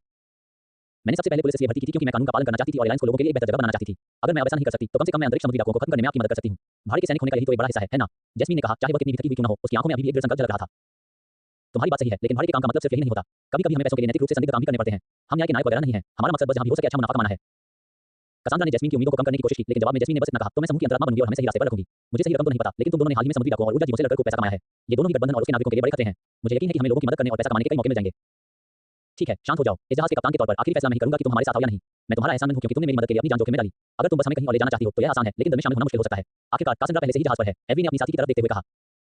उसे पता नहीं था कि जहाज पर एक और महिला के होने पर उसका क्या हाल होगा, भले ही उसका ऐसा कोई इरादा न हो। अगर वह हमारे साथ शामिल हो जाती है तो कोई बात नहीं। कासंद्रा ने एक गहरी सांस लेते हुए कहा। यह जहाज इतना आधुनिक है कि लड़ाई के दौरान एक और आंख और हाथ काफी मददगार साबित हो सकते हैं। और मैं यह नहीं मानती कि पुलिस की पूर्ण सदस्य होने का उसका अनुभव बेकार है। इसलिए अगर आपको कोई आपत्ति नहीं है तो मुझे लगता है कि वह दल के लिए एक अच्छा सदस्य साबित होगी। लेकिन क्या तुम इसके लिए तैयार हो? जैस्मिन, तुम जानती हो कि एवी के दल में शामिल होने का तुम्हारे लिए क्या मतलब होगा, है ना? एवी और जैस्मिन दोनों के चेहरे पर एक पल के लिए उलझन का भाव आ गया। फिर अचानक जैस्मिन ने नजरें फेर लीं और उसका चेहरा लाल हो गया। एवी को अभी भी कुछ समझ नहीं आ रहा था, लेकिन उसने इस पर ज्यादा ध्यान न देने का फैसला किया। उसने सोचा कि यह कोई निजी मामला है जिसके बारे में सिर्फ महिलाओं को चिंता करनी चाहिए और उसे इसमें दखल देने की कोई जरूरत नहीं है। मैं उन्हें आपस में सुझाने देता हूं। मेरा अंतर्ज्ञान यही कहता है कि यही सबसे अच्छा है। एवी ने सोचा और उन दोनों को बात करने दिया जबकि वह अपने सामने रखी चाय में मग्न हो गया। जब वे बात खत्म करने वाले थे तो एवी ने जैस्मिन का एक समर्थक के रूप में आधिकारिक तौर पर स्वागत किया। मुझे लगता है कि अब से आपको एक कमरे की जरूरत होगी। हमारे पास अभी भी एक कमरा खाली है तो आप उसमें रह सकती हैं। एवी बीच में ही रुक गया क्योंकि उसे याद आया कि इस खाली कमरे का कोई इस्तेमाल क्यों नहीं कर रहा था। ये वही कमरा था जहां उसने उन 7 शवों को रखा था जो जहाज पर थे जब उसने उसे पाया था। और चूंकि जैस्मिन पुलिस सदस्य के रूप में उन्हें लेने आई थी, जाहिर है उसे भी इसके बारे में पता था। चिंता मत करो, मैंने इससे भी बुरी चीजें पहले देखी हैं। जब तक कमरा साफ है मुझे कोई दिक्कत नहीं होगी। जैस्मिन ने एवी की झिझक को देखते हुए कहा। फिर भी उसने बस अपना सिर हिलाया और गिड़गिड़ाती निगाहों से कसांद्रा की ओर मुड़ा। कसांद्रा, क्या तुम उसे कुछ दिनों के लिए अपने साथ सोने दोगी? हम वैसे भी जल्दी दोनों कमरों को और आरामदायक बनाने के लिए मरम्मत करवाने की योजना बना रहे थे। मुझे उसे वहां सुलाने में थोड़ा बुरा लगेगा। जरूर, कोई बात नहीं। मुझे यकीन है कि किसी के आसपास होने से तुम्हें ज्यादा आराम मिलेगा। आजकल तुम्हें नींद तो आ ही नहीं रही है ना? आंखों के नीचे गहरे काले घेरे देखकर हर कोई समझ सकता था कि जैस्मिन को नींद की कमी है। जाहिर है, ये जानते हुए कि कोई उसका पीछा कर रहा है और उसे शक है कि कोई उसके अपार्टमेंट में घुस गया है, कोई भी घबरा जाएगा। हाँ, एक हफ्ते से ज्यादा हो गया है जब से मुझे चैन की नींद आई है। पिछले कुछ दिनों से मैं बिल्कुल भी सो नहीं पा रही हूँ जब तक कि मैं अपने तकिए के नीचे रखी लेज़र पिस्टल पर हाथ न रखूं। जैस्मिन ने कबूल किया। अब जब मामला सुलझ गया था तो उस पर साफ तौर पर थकान हावी हो रही थी। ठीक है, कुछ ही घंटों में हमारे समूह के बाकी सदस्यों के साथ हमारी एक बैठक है। तब तक आप आराम कर लीजिए या अगर आपको और आराम की जरूरत महसूस हो तो आप ज्यादा देर तक सो सकती हैं। अब आपको किसी के पीछा करने की चिंता करने की जरूरत नहीं है। मेरा जहाज पूरी तरह सुरक्षित है और मैं आपको भरोसा दिलाता हूं कि कोई भी चुपके से जहाज पर नहीं चढ़ेगा। एवी के आश्वासन के बाद जैस्मिन ने एलायंस पुलिस छोड़ने के बाद पहली बार सचमुच राहत महसूस की। धन्यवाद, जैस्मिन ने धीमी और शर्माती हुई आवाज में फुसफुसाते हुए कहा और कसांड्रा के पीछे उस कमरे में चली गई जिसे वे कुछ समय के लिए साझा करने वाली थी। अब जब उसके नए दल के सदस्य से संबंधित मामले सुलझ गए थे, एवी अपनी योजना के अनुसार कॉकपिट की ओर बढ़ा और अपने भाई के सैनिकों के दल के अगले गंतव्य के लिए उपयुक्त स्थानों को खोजने के लिए आकाशगंगा के नक्शे पर अपना टर्मिनल निकाला। खैर, अब इनमें से कोई भी सिस्टम हो सकता है, एवी ने सोचा और उन सभी क्षेत्रों को हटा दिया जिन पर उसके दुश्मनों प्रमुख का अधिकार क्षेत्र था। फिर उसने यात्रा करने वाले व्यापारियों के लिए गार्ड की किसी भी आवश्यकता के लिए भाड़े के सैनिकों के संगठन की वेबसाइट देखी। अगर उन्हें कहीं जाना ही था तो रास्ते में भुगतान क्यों न मिल जाए। नोवेल हॉल इतिहास अध्याय 89 आगे का मार्ग। नाम महानतम अंतरिक्ष भाड़े के सैनिक बनने का मार्ग लेखक मैगासी। जोड़ बंद करें, रीसेट करें। तो ये तय हो गया, हम फ्रेगॉन सिस्टम के लिए एस्कॉर्ट मिशन पर जा रहे हैं। अपनी आगामी यात्रा के विवरण पर चर्चा करने के बाद एवी, कसांड्रा, काइडेन और एजरा सभी अपने गंतव्य पर सहमत हो गए थे। फ्रेगॉन सिस्टम में एक ग्रह का टेराफॉर्मिंग चल रहा था और इसी वजह से कई व्यापारी जहाज लगातार उस उभरते ग्रह के लिए सामान पहुंचाने के लिए वहां आ रहे थे। 3 दिनों में लाखों टन परिष्कृत धातुओं से लदे मालवाहक जहाजों का एक बेड़ा ह्यूस्टन सिस्टम से वहां जा रहा था। इतने मूल्यवान माल के साथ व्यापारियों को स्वाभाविक रूप से अधिक सुरक्षा की आवश्यकता थी और उन्होंने भाड़े के सैनिकों के संगठन को 3 सितारा या उससे ऊपर के रैंक के गार्डों के लिए उच्च वेतन का अनुरोध भेजा था। वर्तमान में उपलब्ध सभी नौकरियों में से ये नौकरी सबसे अधिक वेतन वाली थी और ये तथ्य कि यह उन्हें राजधानी सिस्टम के थोड़ा करीब ले आएगी एक अतिरिक्त लाभ था, क्योंकि एवी को स्टोरनकॉर्प के साथ हुए समझौते को पूरा करने के लिए लगभग 5 महीने में वहां उपस्थित होना था। सोचो, वे हमें सामूहिक रूप से प्रतिदिन 275,000 देंगे 22 दिन की यात्रा के लिए, ये काफी बड़ी रकम है। एवी ने पहले से स्वीकृत अनुबंध को एक बार फिर देखते हुए कहा। चूंकि वह और एजरा सिस्टम में एकमात्र 4 सितारा भाड़े के सैनिक थे, इसलिए उनके समूह को वेतन में भारी वृद्धि मिली थी। सैकड़ों मिलियन मूल्य का सामान ले जाने वाले व्यापारी ट्रेनिंग जाहिर तौर पर मजबूत सुरक्षा गार्ड चाहते थे और उन्हें पाने के लिए वे कुछ अतिरिक्त देने को भी तैयार थे। बेशक इसका मतलब यह था कि वे उनसे अच्छे प्रदर्शन की उम्मीद करेंगे। समुद्री डाकू हमेशा बड़ी लूट की तलाश में रहते थे और टेराफॉर्मिंग से गुजर रहे ग्रहों वाले सिस्टम में लाए जा रहे संसाधन उनके लिए हमेशा एक आकर्षक अवसर होते थे। मुझे खुशी है कि काइडेन ने प्रस्तावित बंटवारे को स्वीकार कर लिया। मुझे थोड़ी चिंता थी कि वह हंगामा कर सकता है क्योंकि उसे सबसे कम हिस्सा मिल रहा था। कसांड्रा ने टिप्पणी की।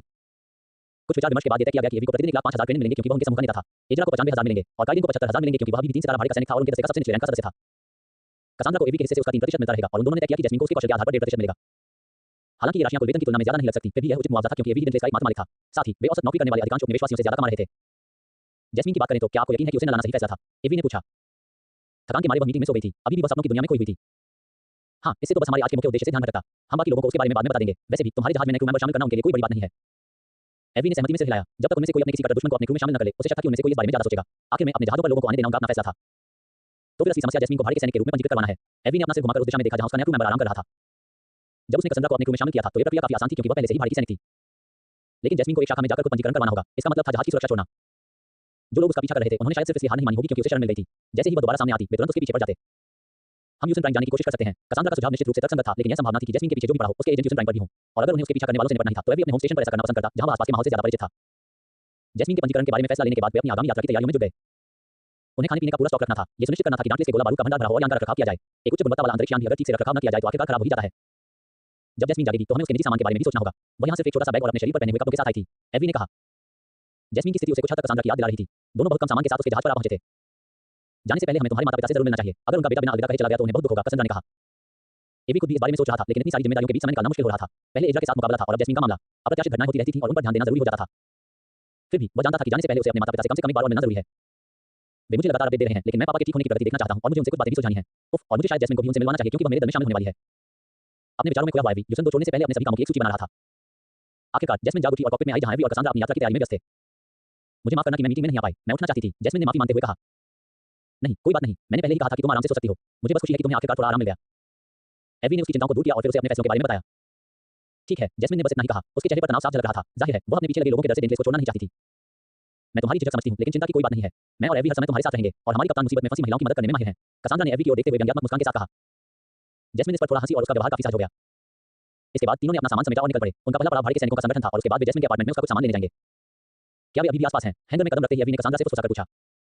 जहां तक मुझे पता है ऐसा नहीं है। अगर वे लंबे समय तक खुले में इंतजार करते तो शायद जरूर होता। अगर मैं उनकी जगह होता तो हैंगर के बाहर कहीं से निगरानी रखता या हो सके तो अपना जहाज यहाँ लाकर वहां से नजर रखता। एवी कसांड्रा की बात से सहमत था। वह पूरी तरह से आश्वस्त नहीं था, लेकिन उसे लगभग यकीन था कि अभी उन पर नजर नहीं रखी जा रही है। शायद जैस्मिन का पीछा करने वाले को हैंगर के बाहर इंतजार करना पड़ा होगा। मुझे लगता है कि वे हमारे जाने की स्थिति में भी नजर रख रहे होंगे। उन्हें बस स्टेशन के बाहर एक जहाज तैनात करना होगा और आने जाने वाले यातायात पर नजर रखनी होगी। एवी ने सोचा, ये सोचते हुए कि उनके दुश्मन क्या कर रहे होंगे। फिर भी चिंता करने की कोई खास जरूरत नहीं थी। जब तक वे कॉलोनी के सुरक्षित इलाकों में रहते, जैस्मिन का पीछा करने वाले लोग कुछ नहीं कर पाते। और एक बार जब वे स्टेशन छोड़कर उन व्यापारियों के साथ मिल जाते जिनकी वे सुरक्षा कर रहे थे, तो उन्हें पकड़ने के लिए एक सैन्य बेड़े की जरूरत होगी। ऐसा होने की संभावना पर उसे बहुत संदेह था। बिना किसी घटना के वे तीनों भाड़े के सैनिकों के संगठन की शाखा तक पहुंच गए। सबकी निगाहें उनके समूह की ओर मुड़ गईं और कुछ पुरुषों ने ईर्ष्या से एवी को घूर कर देखा। आखिर उसके दोनों ओर दो आकर्षक महिलाएं खड़ी थीं। अरे वाह, आप तो बहुत लोकप्रिय हैं। उसी रिसेप्शनिस्ट ने जिसके साथ एवी ने कई बार काम किया था, कसांड्रा और जैस्मिन को अपने बगल में देखकर कहा। ऐसा नहीं है, मैं तो बस यहाँ इसलिए आया हूं ताकि वह भाड़े के सैनिक के रूप में पंजीकरण करा सके और मेरे दल में शामिल हो सके। एवी ने एक लंबी सांस लेते हुए जैस्मिन की ओर इशारा किया। हाँ हाँ, मुझे विश्वास है। रिसेप्शनिस्ट के व्यंग्यात्मक लहजे ने एवी को और भी परेशान कर दिया, लेकिन उसने इसे नजरअंदाज कर दिया। आगे बहस करने से मामला और बिगड़ ही जाता। सौभाग्य से कसांड्रा को एक नई 0 स्टार भाड़े की सैनिक और एवी के दल के सदस्य के रूप में पंजीकृत कराना आसान था। ठीक है, सब कुछ ठीक हो गया है और आपके खाते में स्वचालित भुगतान की व्यवस्था हो गई है। भाड़े की सैनिक के रूप में अपने नए जीवन का आनंद लें और अपने वरिष्ठ के साथ अच्छे संबंध बनाए रखें। रिसेप्शनिस्ट ने कसांड्रा की ओर देखते हुए कहा। जैस्मिन अब आधिकारिक तौर पर एवी के दल की सदस्य बन चुकी थी, इसलिए वे तीनों इमारत से बाहर निकले और उसका सामान लेने के लिए उसके अपार्टमेंट की ओर चल पड़े। और अगर उसका पीछा करने वालों ने कोई हरकत की तो वे उनसे निपटने के लिए तैयार थे। नोवेल हॉल इतिहास अध्याय 90 जैस्मिन की स्थिति से निपटना। नाम महानतम अंतरिक्ष भाड़े के सैनिक बनने का मार्ग लेखक मैगासी। जोड़ बंद करें, रीसेट करें। जैस्मिन के अपार्टमेंट की ओर जाते हुए एवी उन पर कड़ी नजर रख रही थी, जबकि कसांड्रा पीछा करने वालों की आवाज सुनने के लिए अपने कान बार-बार घुमा रही थी। जब उन्हें जिस इमारत की ओर जाना था वह नजर आई तो उसके बिल्ली जैसे कान खड़े हो गए और पीछे की ओर मुड़ गए। ये साफ था कि उसे आखिरकार कुछ पता चल गया था। क्या तुम्हें कुछ मिला? एवी ने पूछा। हाँ, पता लगाने में थोड़ा समय लगा, लेकिन जब से हमने मर्चेंट एसोसिएशन छोड़ा है, 4 लोग हमारा पीछा कर रहे हैं। ऐसा नहीं हो सकता कि हम बस एक ही दिशा में जा रहे हों। जब भी हम अपनी गति बढ़ाते या घटाते हैं, उनकी गति भी हमारी गति से मेल खाने लगती है। जैस्मीन कसांड्रा की सुनने की क्षमता से सचमुच प्रभावित हुई, लेकिन कुछ ही पल बाद लोगों के पीछा करने का एहसास होने के बाद से उसके मन में जो डर था, वह फिर से उभरने लगा। सहज रूप से उसका दाहिना हाथ उसकी कमर पर रखी लेजर पिस्तौल की ओर बढ़ गया। इससे पहले कि जैस्मीन उसका हाथ पकड़ पाती, एवी ने उसका हाथ थाम लिया और शांत स्वर में कहा, चिंता की कोई बात नहीं है। कसांड्रा और मैं तुम्हारे साथ हैं। हम सीधे तुम्हारे कमरे तक चलते हैं और उम्मीद है कुछ नहीं होगा। एवी की वजह से जैस्मीन शांत हो गई। उसने अपने अंदर का तनाव धीरे-धीरे कम होते महसूस किया और उसे यह एहसास भी नहीं हुआ कि एवी अभी भी उसका हाथ पकड़े हुए है, जब तक कि वे उस अपार्टमेंट कॉम्प्लेक्स के ठीक सामने नहीं पहुंच गए जहां वह इस्तीफा देने के बाद से रह रही थी। थोड़ी घबराहट में उसने अपना हाथ छुड़ा लिया और अपनी शर्मिंदगी छिपाने के लिए उसने जल्दी से अपना पासपोर्ट डाला और एवी और कसांड्रा को अपने मेहमान के रूप में रजिस्टर कर लिया। यहाँ की सुरक्षा मेरे माता-पिता के घर जितनी अच्छी नहीं है, लेकिन बुरी भी नहीं है। केवल एक एस्कॉर्ट वाले ही अंदर आ सकते हैं। इसका मतलब है कि जैस्मीन का पीछा करने वाले लोगों ने उस तक पहुंचने के लिए ही इस इमारत में एक कमरा किराए पर लिया होगा। एवी का मन हुआ कि वह सामने की लॉबी में इंतजार करे और उनके बाद आने वाले किसी भी व्यक्ति पर नजर रखे। हालांकि उसे लगा कि इससे जैस्मीन और भी बेचैन हो जाएगी। वह उसके बारे में और आसपास कम सुरक्षा होने के बारे में चिंतित होगी। कंधे उठाते हुए एवी अपने दो साथियों के साथ वहीं रुका रहा और वे इमारत की 22वीं मंजिल पर चढ़ गए जहां जैस्मीन का कमरा था। फिर वे एक गलियारे के अंत तक चले और जैस्मीन ने अपने कमरे का दरवाजा खोला। अंदर एक साधारण सा स्टूडियो था, जैसा कि एवी डेंटलिस्ट में शामिल होने से पहले रहता था। जो कुछ भी तुम अपने साथ ले जाना चाहती हो, ले लो। हम अब यहाँ वापस नहीं आएंगे। जैस्मीन को सब देखकर एवी ने कहा। यह उस जीवन का अंत होगा जो वह पिछले 7 वर्षों से जी रहा था। फिर भी उसने पहले भी एक बार अपना सब कुछ समेट कर अपना पुराना जीवन छोड़ दिया था। वह इसे फिर से कर सकती थी। जैसे ही जैस्मीन को मौका मिला, उसने फटाफट कंबलों, बचपन से उसके पास मौजूद छोटे-छोटे मुलायम खिलौनों और अन्य निजी सामानों से थैले भरने शुरू कर दिए। वे अभी सीढ़ियों से ऊपर आए हैं। इस बार सिर्फ 3 ही हैं, लेकिन मुझे यकीन है कि वे उस गिरोह का हिस्सा हैं जो हमारा पीछा कर रहा है। कासंड्रा ने एवी के कान में फुसफुसाया। एवी। जैस्मीन के कमरे के दरवाजे पर टिका हुआ था और उस पर नजर रख रहा था, लेकिन अब उसने कासंड्रा द्वारा बताए गए दिशा में गलियारे की ओर देखा। चूंकि पूरी इमारत में कैमरे और हथियार डिटेक्टर लगे हुए थे, इसलिए एवी को शक था कि जैस्मीन का पीछा करने वाले लोग कुछ भी खुलेआम करेंगे, लेकिन इसका मतलब यह नहीं था कि वे कोई खतरा नहीं थे। अगर उन्हें उसे मारने का आदेश दिया गया है, तो अगर उन्हें एहसास हुआ कि वह उनके चंगुल से निकलने वाली है, तो वे हताश हो सकते हैं। अगर संभव हो तो मैं उसके खाने या पानी में जहर मिलाने की कोशिश करूंगा, या यदि आवश्यक हो तो उसके पास से गुजरूंगा और उसे टकराने का नाटक करूंगा ताकि त्वचा के माध्यम से अवशोषित होने वाला जहर लगा सकूं। एवी ने सोचा। लोगों ने एक दूसरे को मारने के लिए तरह-तरह के घिनौने तरीके अपना लिए थे और एवी को लगा कि जैस्मीन का पीछा करने वाले लोग भी उनमें से किसी एक तरीके का इस्तेमाल कर सकते हैं। सतर्क न रहते हुए एवी उस गलियारे में आगे बढ़ा जहां वे तीनों इंतजार कर रहे थे। उसे लगा कि उनके पास उन्हें ट्रैक करने का कोई ना कोई तरीका जरूर होगा, इसलिए वह पहले धीरे-धीरे चला और उस जगह पहुंचने से ठीक पहले कुछ पल के लिए रुका जहां उसे लगा कि वह उन्हें डरा देगा। फिर वह तेजी से भागा और अपना टर्मिनल निकाला। सीढ़ियों पर पहुंचते ही उसने 2 पुरुषों और एक महिला को बेपरवाह दिखने की कोशिश करते हुए पाया, मानो वे आम निवासी हों जो सीढ़ियां उतर रहे हों। जाहिर है, आपातकाल की स्थिति को छोड़कर या व्यायाम करने के लिए कोई 20 मंजिल से ज्यादा ऊपर या नीचे जाता है। पकड़ लिया, एवी ने कहा और अपने टर्मिनल के कैमरे से उनके चेहरों की तस्वीर खींच ली। इससे उन तीनों के चेहरे हैरानी से भर उठे। अगर उनकी पहचान न हो पाती तो देखना ठीक था, लेकिन किसी के चेहरे की तस्वीर से उसकी पहचान करने के कई तरीके थे। उन्होंने संयम बनाए रखने की कोशिश की, लेकिन मैंने अभी जो किया उस पर उनकी सामान्य प्रतिक्रिया तो भ्रम ही होती। ये साफ दिख रहा है कि वे समझ गए कि मैंने उनकी तस्वीर क्यों ली। एवी ने मुस्कुराते हुए सोचा। दोनों में से जो ज्यादा गुस्सैल था, वह स्पष्ट रूप से क्रोधित हो गया और अपनी जैकेट में छिपे हथियार की ओर हाथ बढ़ाने लगा, लेकिन उसके साथ मौजूद बाकी दोनों ने उसे कोई बड़ी बेवकूफी करने से पहले ही रोक दिया। अगर तुम तीनों कोई मुसीबत नहीं चाहते, तो अपने दूसरे साथी को साथ लेकर यहाँ से निकल जाओ। मुझे लगता है कि वे लॉबी में इंतजार कर रहे होंगे, कहीं हम किसी तरह तुमसे बचकर निकल न जाएं। अगर मैंने तुम्हें या मेरे किसी भी साथी को कभी मेरा पीछा करते देखा, तो मैं तुम्हारी जिंदगी नरक बना दूंगा। और हाँ, अगर तुम अंतरिक्ष में हमसे मिलना चाहते हो, तो मैं तुम्हें अपने जहाज से उड़ा देने में खुशी महसूस करूंगा। एवी ने जिन तीनों को अभी धमकी दी थी, उनके चेहरे पर हताशा के भाव थे। वे मुड़कर सीढ़ियों से नीचे भागने लगे। उन्हें अपना काम चुप कर करना था। अब जब वे पकड़े जा चुके थे, तो उनके पास दुम दबाकर भागने के अलावा और कोई चारा नहीं था। उफ, मुझे एक पल के लिए लगा कि कहीं मेरा उनसे गोलीबारी न हो जाए। एवी ने राहत की सांस लेते हुए कहा। सौभाग्य से उसने मामले को जितना हो सके शांतिपूर्ण तरीके से सुलझा लिया था। और जब वह जैस्मीन के कमरे में लौटा, तो वह अभी भी अपना सामान समेट रही थी और उसने उसकी थोड़ी देर की गैरमौजूदगी पर ध्यान नहीं दिया था। एवी को खुशी थी कि उसने उसे जाते हुए नहीं देखा और वह चिंतित नहीं हुई। फिर भी उसे लगा कि जब मौका मिल गया है, तो पीछा कर रहे गिरोह से छुटकारा पाना ही बेहतर होगा। ये तो बहुत जल्दी हो गया। मुझे लगता है कि तुमने उन सबको नहीं मारा। जाहिर है, ऐसा करने से मैं कानून के शिकंजे में आ जाता। मैंने बस उन्हें थोड़ा डराया और ब्लैकमेल किया। एवी ने कसांड्रा को अपनी खींची हुई तस्वीर दिखाते हुए कहा। कसांड्रा ने सहमति में सिर हिलाया। जासूसों के लिए अपने लक्ष्य के सामने अपनी पहचान उजागर होना एक बड़ी विफलता होती है। जब तक वे एवी, कसांड्रा और जैस्मीन को मारने के लिए कोई बड़ा कदम नहीं उठाते, उनके पास पीछे हटने के अलावा कोई विकल्प नहीं था। उनमें से केवल एक ही इतना जल्दबाज लग रहा था कि ऐसा कुछ कर सकता है। बाकी 2 शांत थे, इसलिए मुझे नहीं लगता कि हमें उनके बारे में चिंता करने की जरूरत है। बेशक वे दोनों सतर्क रहेंगे, लेकिन कुछ होने की संभावना बहुत कम हो गई थी। ये कहना मुश्किल था कि जैस्मीन एक ऐसा लक्ष्य थी जिसके लिए इतने बड़े कदम उठाने की जरूरत हो। मैंने पैकिंग पूरी कर ली है। आपको नहीं लगता कि यह बहुत ज्यादा है? जैस्मीन ने शर्माते हुए अपने पैक किए हुए 6 बड़े बैगों को देखते हुए पूछा। अभी तो थोड़ी तंगी रहेगी, लेकिन जब हम आपके कमरे का नवीनीकरण कर लेंगे, तो मुझे यकीन है कि पर्याप्त जगह हो जाएगी। अगर नहीं, तो आप अपना कुछ सामान कार्गो होल्ड में रख सकती हैं। इसके बाद एवी ने 2 बैग अपने कंधों पर उठा लिए और 2 बैग अपनी बाहों के नीचे दबाकर जैस्मीन के लिए ले जाने लगा। अगर मेरे पीछे पड़े लोग कुछ हरकत करते हैं, तो क्या उनसे लड़ना मुश्किल नहीं होगा? जैस्मीन ने पूछा। अब उनकी चिंता मत करो। जब तुम पैकिंग कर रही थी, मैंने उन्हें हमें अकेला छोड़ने के लिए मना लिया। जैस्मीन एक पल के लिए असमंजस में पड़ गई, लेकिन जब कसांड्रा मुस्कुराई और उसके कंधे पर तसल्ली भरा हाथ रखा, तो उसे स्थिति की गंभीरता समझ में आने लगी। धन्यवाद, आपने मेरी जितनी मदद की है, उसके लिए मैं आपका एहसान कैसे चुका पाऊंगी, यह मुझे नहीं पता। ठीक है, मेरे जहाज पर अपना काम पूरी लगन से करो। तुम इस मुसीबत में इसलिए फंसी क्योंकि तुमने मेरी मदद की थी, इसलिए एहसान चुकाना मेरा फर्ज बनता है। अब चलो, अब समय आ गया है कि तुम दोनों अपने कमरों के डिजाइन चुन लो ताकि हम उन्हें और आरामदायक बना सकें। मुझे बुरा लगेगा अगर तुम दोनों को उन फौजी स्टाइल के बंक में सोना पड़े। जैस्मीन का सामान इकट्ठा करने के बाद तीनों दांतलेस की ओर वापस चल पड़े। रास्ते में एवी और कसांड्रा दोनों उनका पीछा कर रहे समूह पर नजर रख रहे थे। ऐसा लग रहा था कि उन्होंने एवी की चेतावनी को गंभीरता से ले लिया था और वे कहीं नजर नहीं आए। कम से कम अब वे जैस्मीन का पीछा नहीं करेंगे। नोवेल हॉल इतिहास अध्याय 91 एक और बड़ा कदम। नाम महानतम अंतरिक्ष भाड़ी के सैनिक बनने का मार्ग लेखक मेगासी। जोड़ बंद करें, रीसेट करें। मुझे यकीन ही नहीं हो रहा कि ये वही जगह है, एवी ने हैरानी से कहा। जैस्मीन का सामान उसके अपार्टमेंट से लाने के एक दिन बाद एक इंटीरियर डिजाइनर ने आधा दर्जन कंस्ट्रक्शन मशीनों के साथ आकर दोनों के रूम को कसांड्रा और जैस्मीन की पसंद के हिसाब से पूरी तरह से नया रूप दे दिया था। ये काम जल्दी में किया गया था और फर्नीचर उच्च गुणवत्ता का था, इसलिए इसमें काफी खर्च आया था, लेकिन एवी की नजर में ये कीमत से कहीं ज्यादा था। पहले दोनों कमरे तंग थे, जिनमें से हर एक में 6 लोग रह सकते थे, लेकिन अब उनमें सिर्फ एक बिस्तर था और रहने वालों की पसंद के हिसाब से सामान रखा हुआ था। एवी ने सबसे पहले कसांड्रा का कमरा देखा और कसांड्रा ने सीना फुलाकर उसे पूरा कमरा दिखाया। एवी के मन में सबसे पहला शब्द आया शानदार। सिंथेटिक लकड़ी से बना उसका बिस्तर का फ्रेम बड़ी कुशलता से तैयार किया गया था और उसमें बेलनाकार खंभे थे जो छत की ओर जाते हुए समूह जैसे दिखते थे। पतले गहरे नीले रंग का कपड़ा खंभों से लटक रहा था, जो बिस्तर के चारों ओर चंदवा जैसा लग रहा था। उसका बेड स्प्रेड एक विशाल ओथोवी रेशम के कीड़े से प्राप्त रेशम से बना था। ये कपड़ा अपनी आपार कोमलता और आराम के लिए जाना जाता था। कुछ लोक कथाओं में ये भी कहा जाता था कि यह कपड़ा इतना मुलायम होता है कि लोग बिस्तर पर ही मर जाते थे क्योंकि वे बिस्तर छोड़ना नहीं चाहते थे।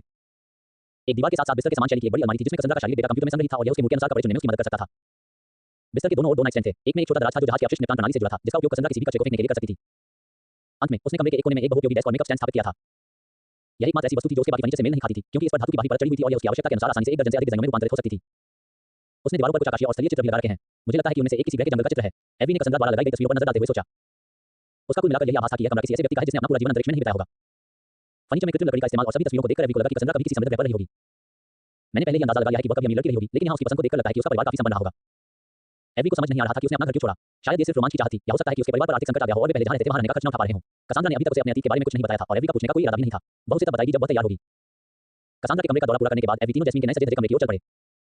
हालांकि जैस्मीन अपने कमरे की सजावट को लेकर कसांद्रा जितनी आश्वस्त नहीं थी और दरवाजा खोलने से पहले कुछ पल हिचकिचाते हुए खड़ी रही। अंदर एवी ने देखा कि जैस्मीन ने जो सजावट चुनी थी वह ज्यादा चमकीले रंगों वाली और प्यारी थी।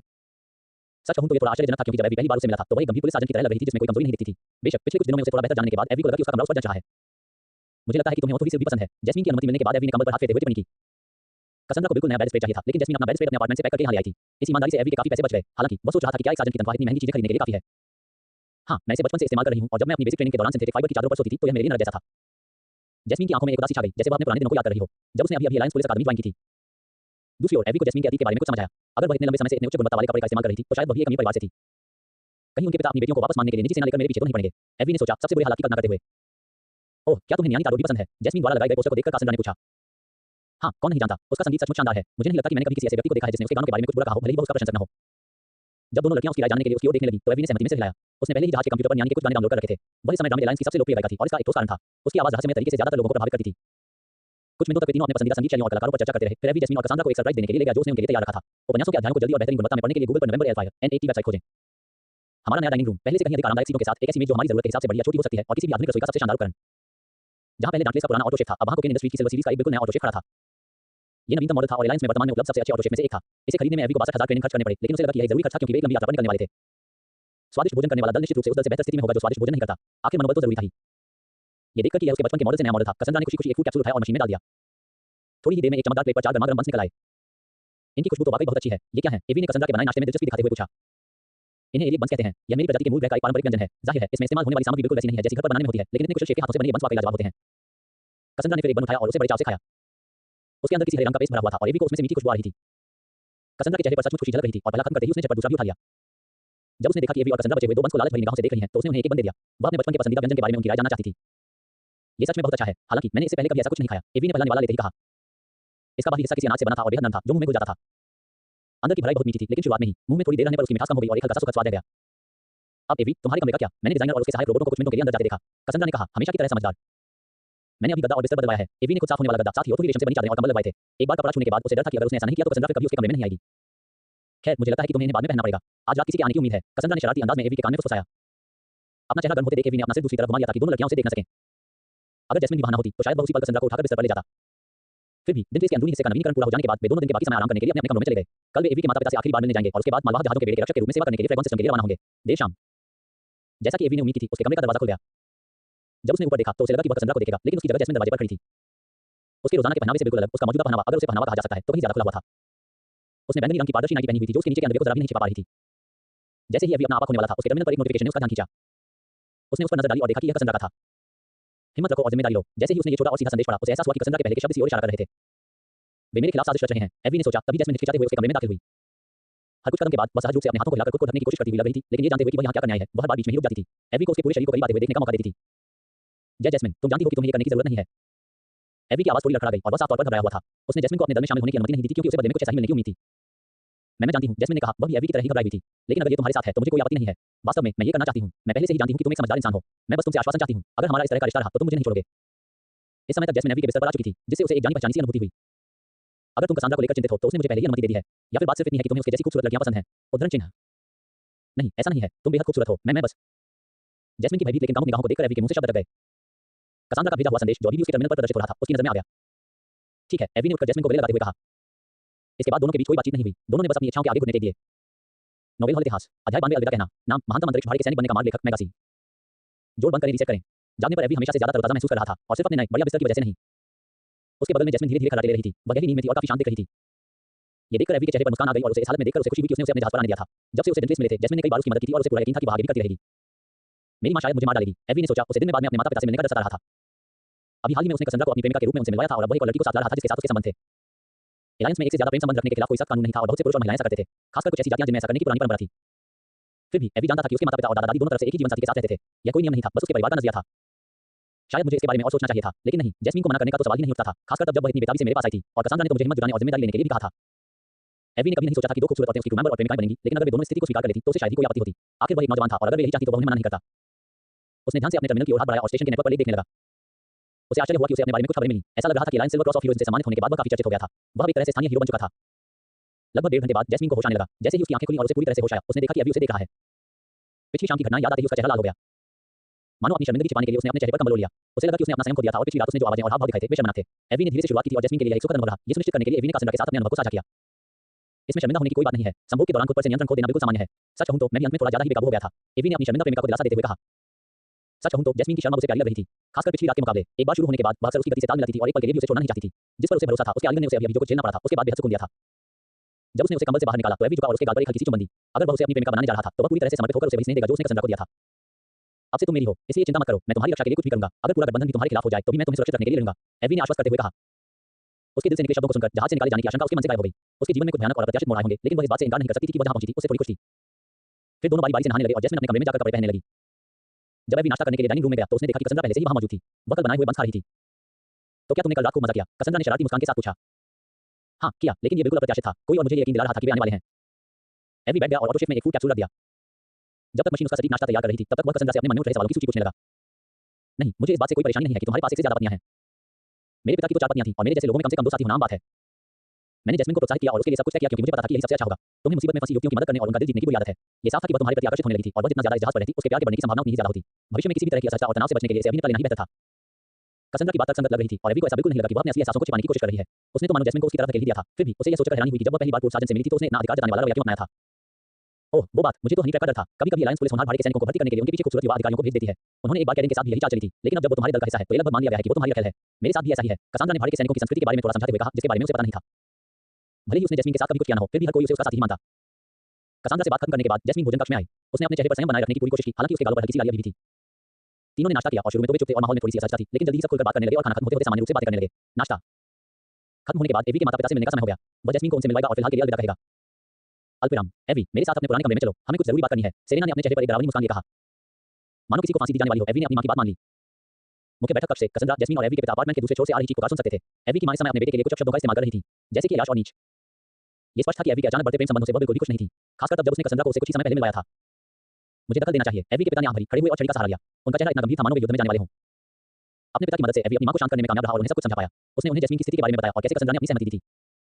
सेरेना अभी इस स्थिति से खुश नहीं लग रही थी, लेकिन कम से कम उसने इसे थोड़ा स्वीकार कर लिया था। उसके लिए उसे यह कहना मुश्किल था कि वह अपने जान-पहचान वालों को जरूरत के समय अकेला छोड़ दे। मैं अपने पहले के व्यवहार के लिए माफी मांगना चाहती हूँ, एवी की मां ने मुख्य कमरे में लौटते हुए कसांड्रा और जैस्मीन के सामने थोड़ा सिर झुकाते हुए कहा। एवी और उसके पिता थके हुए लग रहे थे। सेरेना के गुस्से को काबू में रखना मुश्किल था। सौभाग्य से उसके मन में कसांड्रा और जैस्मीन के प्रति कोई द्वेष नहीं था और वह दोनों के प्रति दोस्ताना व्यवहार रखती थी। वह एवी की नई साथी के बारे में और जानना चाहती थी और जैस्मीन के बारे में तरह-तरह के सवाल पूछने लगी। हालांकि अंत में उसने एक ऐसा सवाल पूछ लिया जिससे सब चौंक गए। तो मुझे पोते-पोतियों की उम्मीद कब होगी? ये सुनकर एवी पानी पीते-पीते अटक गया और कसांड्रा और जैस्मीन दोनों ही बेहद घबरा गईं। कसांड्रा को एवी के साथ रहते हुए अभी 1 महीना नहीं हुआ था और जैस्मीन ने तो पिछली रात ही उससे रिश्ता शुरू किया था। जाहिर है, बच्चों के बारे में सोचना अभी बहुत जल्दबाजी थी। जाहिर सी बात है कि सेरेना ने अपने बेटे से बदला लेने के लिए ऐसा कहा था क्योंकि उसने जाने से ठीक पहले अचानक दूसरी गर्लफ्रेंड बना ली थी। उसने तो तब तक इंतजार किया जब तक एवी पानी का एक घूंट नहीं पी रहा था। मामा, यह इसके लिए बिल्कुल भी सही समय नहीं है। ओह, लेकिन मैं हमेशा के लिए तो नहीं रहूंगी और मेरे बेटे ने 2 प्यारी बेटियां घर लाई हैं, तो जाहिर है कि मैं इस बारे में सोचूंगी, सेरेना ने मासूमियत से कहा। प्यारी, एवी से हम अभी कुछ समय के लिए नहीं मिल रहे हैं। मुझे लगता है कि बेहतर होगा कि हम रिश्ते सौहार्दपूर्ण रखें। एवी के पिता की वजह से उसकी मां ने उसे चिढ़ाना बंद कर दिया। हालांकि जो कुछ हुआ था उसके बाद हालात सामान्य होना मुश्किल था। कुछ घंटे जल्दी बीत गए और पांचों ने साथ में दोपहर का भोजन किया। एवी को अपने नए सिल्वर सीरीज ऑटोशेफ द्वारा बनाए गए बेमिसाल खाने का स्वाद चखने के बाद पता चल गया कि उसके माता-पिता को ऑटोशेफ की कमी खल रही थी। आखिरकार उनका साथ समाप्त होने वाला था। एवी, कसांड्रा और जैस्मीन को वापस जाना था और उड़ान की तैयारी करनी थी। अगर वे अपने एस्कॉर्ट मिशन के लिए देर करते तो भाड़े के सैनिकों के रूप में उनकी प्रतिष्ठा को भारी नुकसान होता। घर पर नियमित रूप से संदेश भेजना सुनिश्चित करो। अगर कुछ समय तक तुमसे कोई खबर नहीं मिली तो मैं खुद अंतरिक्ष में जाकर तुम्हें ढूंढ लूंगी। एवी की मां ने चेतावनी दी। ठीक है, मैं जब भी हो सकेगा तुमसे संपर्क करूंगा और तुम्हें हमारी स्थिति के बारे में अपडेट देता रहूंगा। जैसे ही एवी जाने वाला था उसने अपना टर्मिनल खोला और अपने माता-पिता दोनों को कुछ संदेश भेजा। यह मेरी ओर से विदाई का उपहार है। सिल्वर क्रॉस प्राप्त करने के उपलक्ष्य में मुझे एलायंस से वार्षिक वजीफा मिलता है। चूंकि मैं जा रहा हूं इसलिए मैं ये सुनिश्चित करना चाहता था कि अब से आप दोनों को पैसों की चिंता न करनी पड़े। एवी ने कहा। अपने खाते में धनराशि भेजने के बजाय वह इसे अपने माता-पिता के खाते में भेज रहा था। अब उन्हें बिना कुछ किए प्रति वर्ष 2.5 लाख क्रेडिट मिलेंगे। इससे वे अधिक आराम से जीवन जी सकेंगे और किसी अप्रत्याशित घटना की स्थिति में उन्हें एक सुरक्षा कवच मिलेगा। अपने बेटे के प्रति कृतज्ञता से भावुक होकर उसके माता-पिता ने उसे गले लगा लिया और उसके द्वारा उनके लिए किए गए सभी कार्यों के लिए धन्यवाद दिया।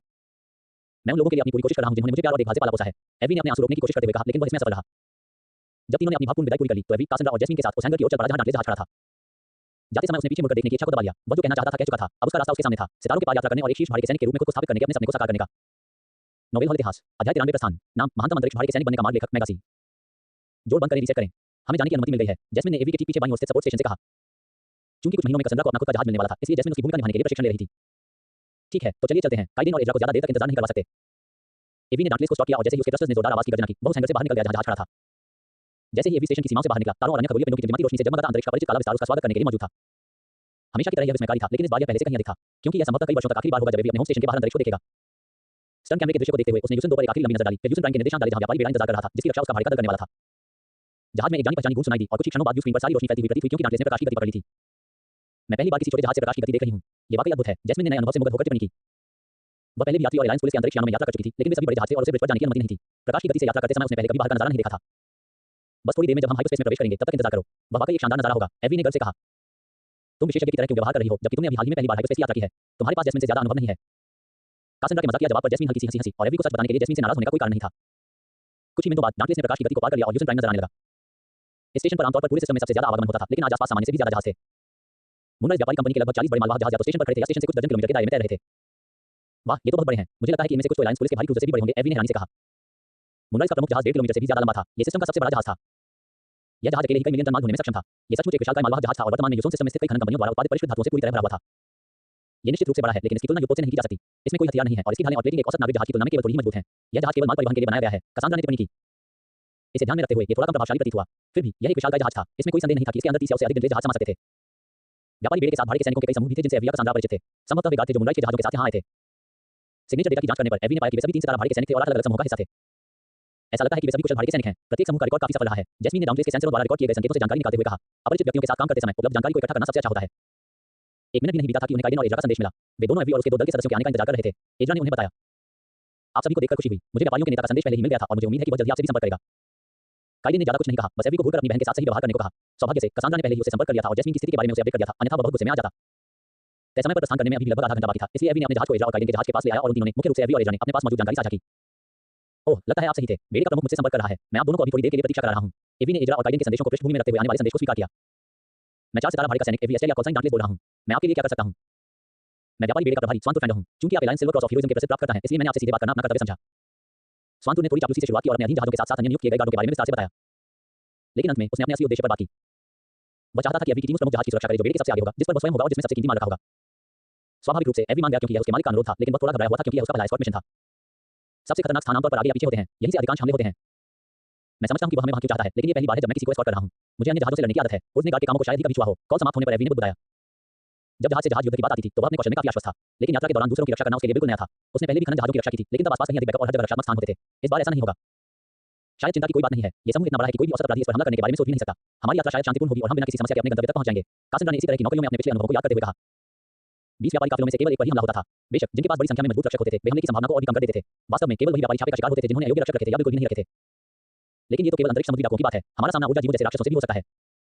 कासंड्रा ने अपने कंधे उठा दिए और इस बात का कोई जवाब नहीं दे पाई। लोग शायद ही समझ पाते थे कि अंतरिक्ष राक्षसों के रूप में वर्गीकृत अधिकांश जीव ऐसा क्यों करते हैं। वे अन्य लोगों की तरह लक्षित या दुर्भावनापूर्ण नहीं होते थे, लेकिन जब वे हमला करते थे तो आमतौर पर क्रूर होते थे। मूनराइज के अंतिम मालवाहक जहाज के पूरी तरह से भर जाने के बाद पूरा बेड़ा एक पंक्ति में खड़ा हो गया और किराए पर लिए गए भाड़े के सैनिकों ने सुरक्षा के लिए उन्हें घेर लिया। पंक्ति के सबसे आगे एवी, एजरा और काइडेन ने एक ऐसी स्थिति संभाली थी जिसे कई लोग बहुत महत्वपूर्ण मानते थे। यदि कोई समुद्री डाकू हमला करता तो उनका लूटा हुआ माल और इनाम उनके लिए उपलब्ध होते। जो भी उन्हें मार गिराता उसे इनाम मिलता। जैस्मिन ने कहा, हमें मुख्य पोत से सिंक्रोनाइजेशन का अनुरोध मिला है। एवी ने सिर हिलाया और उसके नए क्रू सदस्य ने पुष्टि भेजी, जिससे डांटलेस का कंप्यूटर मुख्य पोत से जुड़ गया। अब वे प्रकाश की गति से यात्रा करते हुए हाइपरस्पेस में प्रवेश करने के लिए एक समूह के रूप में साथ चलेंगे। कुछ मिनटों के बाद सभी मालवाहक पोत और भाड़े के सैनिक सिंक्रोनाइज हो गए और जाने के लिए तैयार थे। जल्दी सभी जहाजों के लिए उल्टी गिनती शुरू हो गई और प्रकाश की गति बढ़ाने वाला ड्राइव चार्ज होना शुरू हो गया। अचानक बड़ी संख्या में पोत लंबे होकर गायब होते हुए प्रतीत हुए। उन्होंने सफलतापूर्वक प्रकाश की गति में प्रवेश कर लिया था। जब भी मैं अपना रास्ता देखता हूं, मुझे लगता है कि मंजिल तक पहुंचने का ये रास्ता थोड़ा घुमावदार है।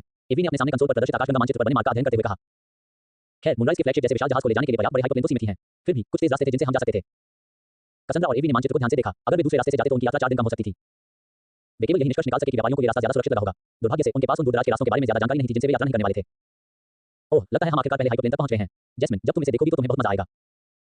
तीनों ने व्यापारी फ्लैगशिप के साथ सिंक्रोनाइज्ड एंट्री का इंतजार करते हुए व्यू स्क्रीन पर अपनी नजरें जमाए रखी। हाइपरस्पेस में छलांग लगाने से ठीक आधा मिनट पहले उन्हें चेतावनी मिली। जब उन्हें अंततः संकेत मिला तो डेंटलेस के चारों ओर एक ऊर्जा क्षेत्र बन गया और कुछ ही क्षण बाद वह आगे बढ़ा और एक विशाल चमकती सुरंग में प्रवेश कर गया जो मुख्य रूप से गहरी नीले और काले रंग की थी। नोवेल हॉल इतिहास अध्याय 94 एक शांतिपूर्ण यात्रा। नाम महानतम अंतरिक्ष भाड़े के सैनिक बनने का मार्ग लेखक मेगासी। जोड़ बंद करें, रीसेट करें। हाइपरप्लेन से हाइपरलेन तक की यात्रा करते हुए 18 दिन बिना किसी घटना के बीत गए।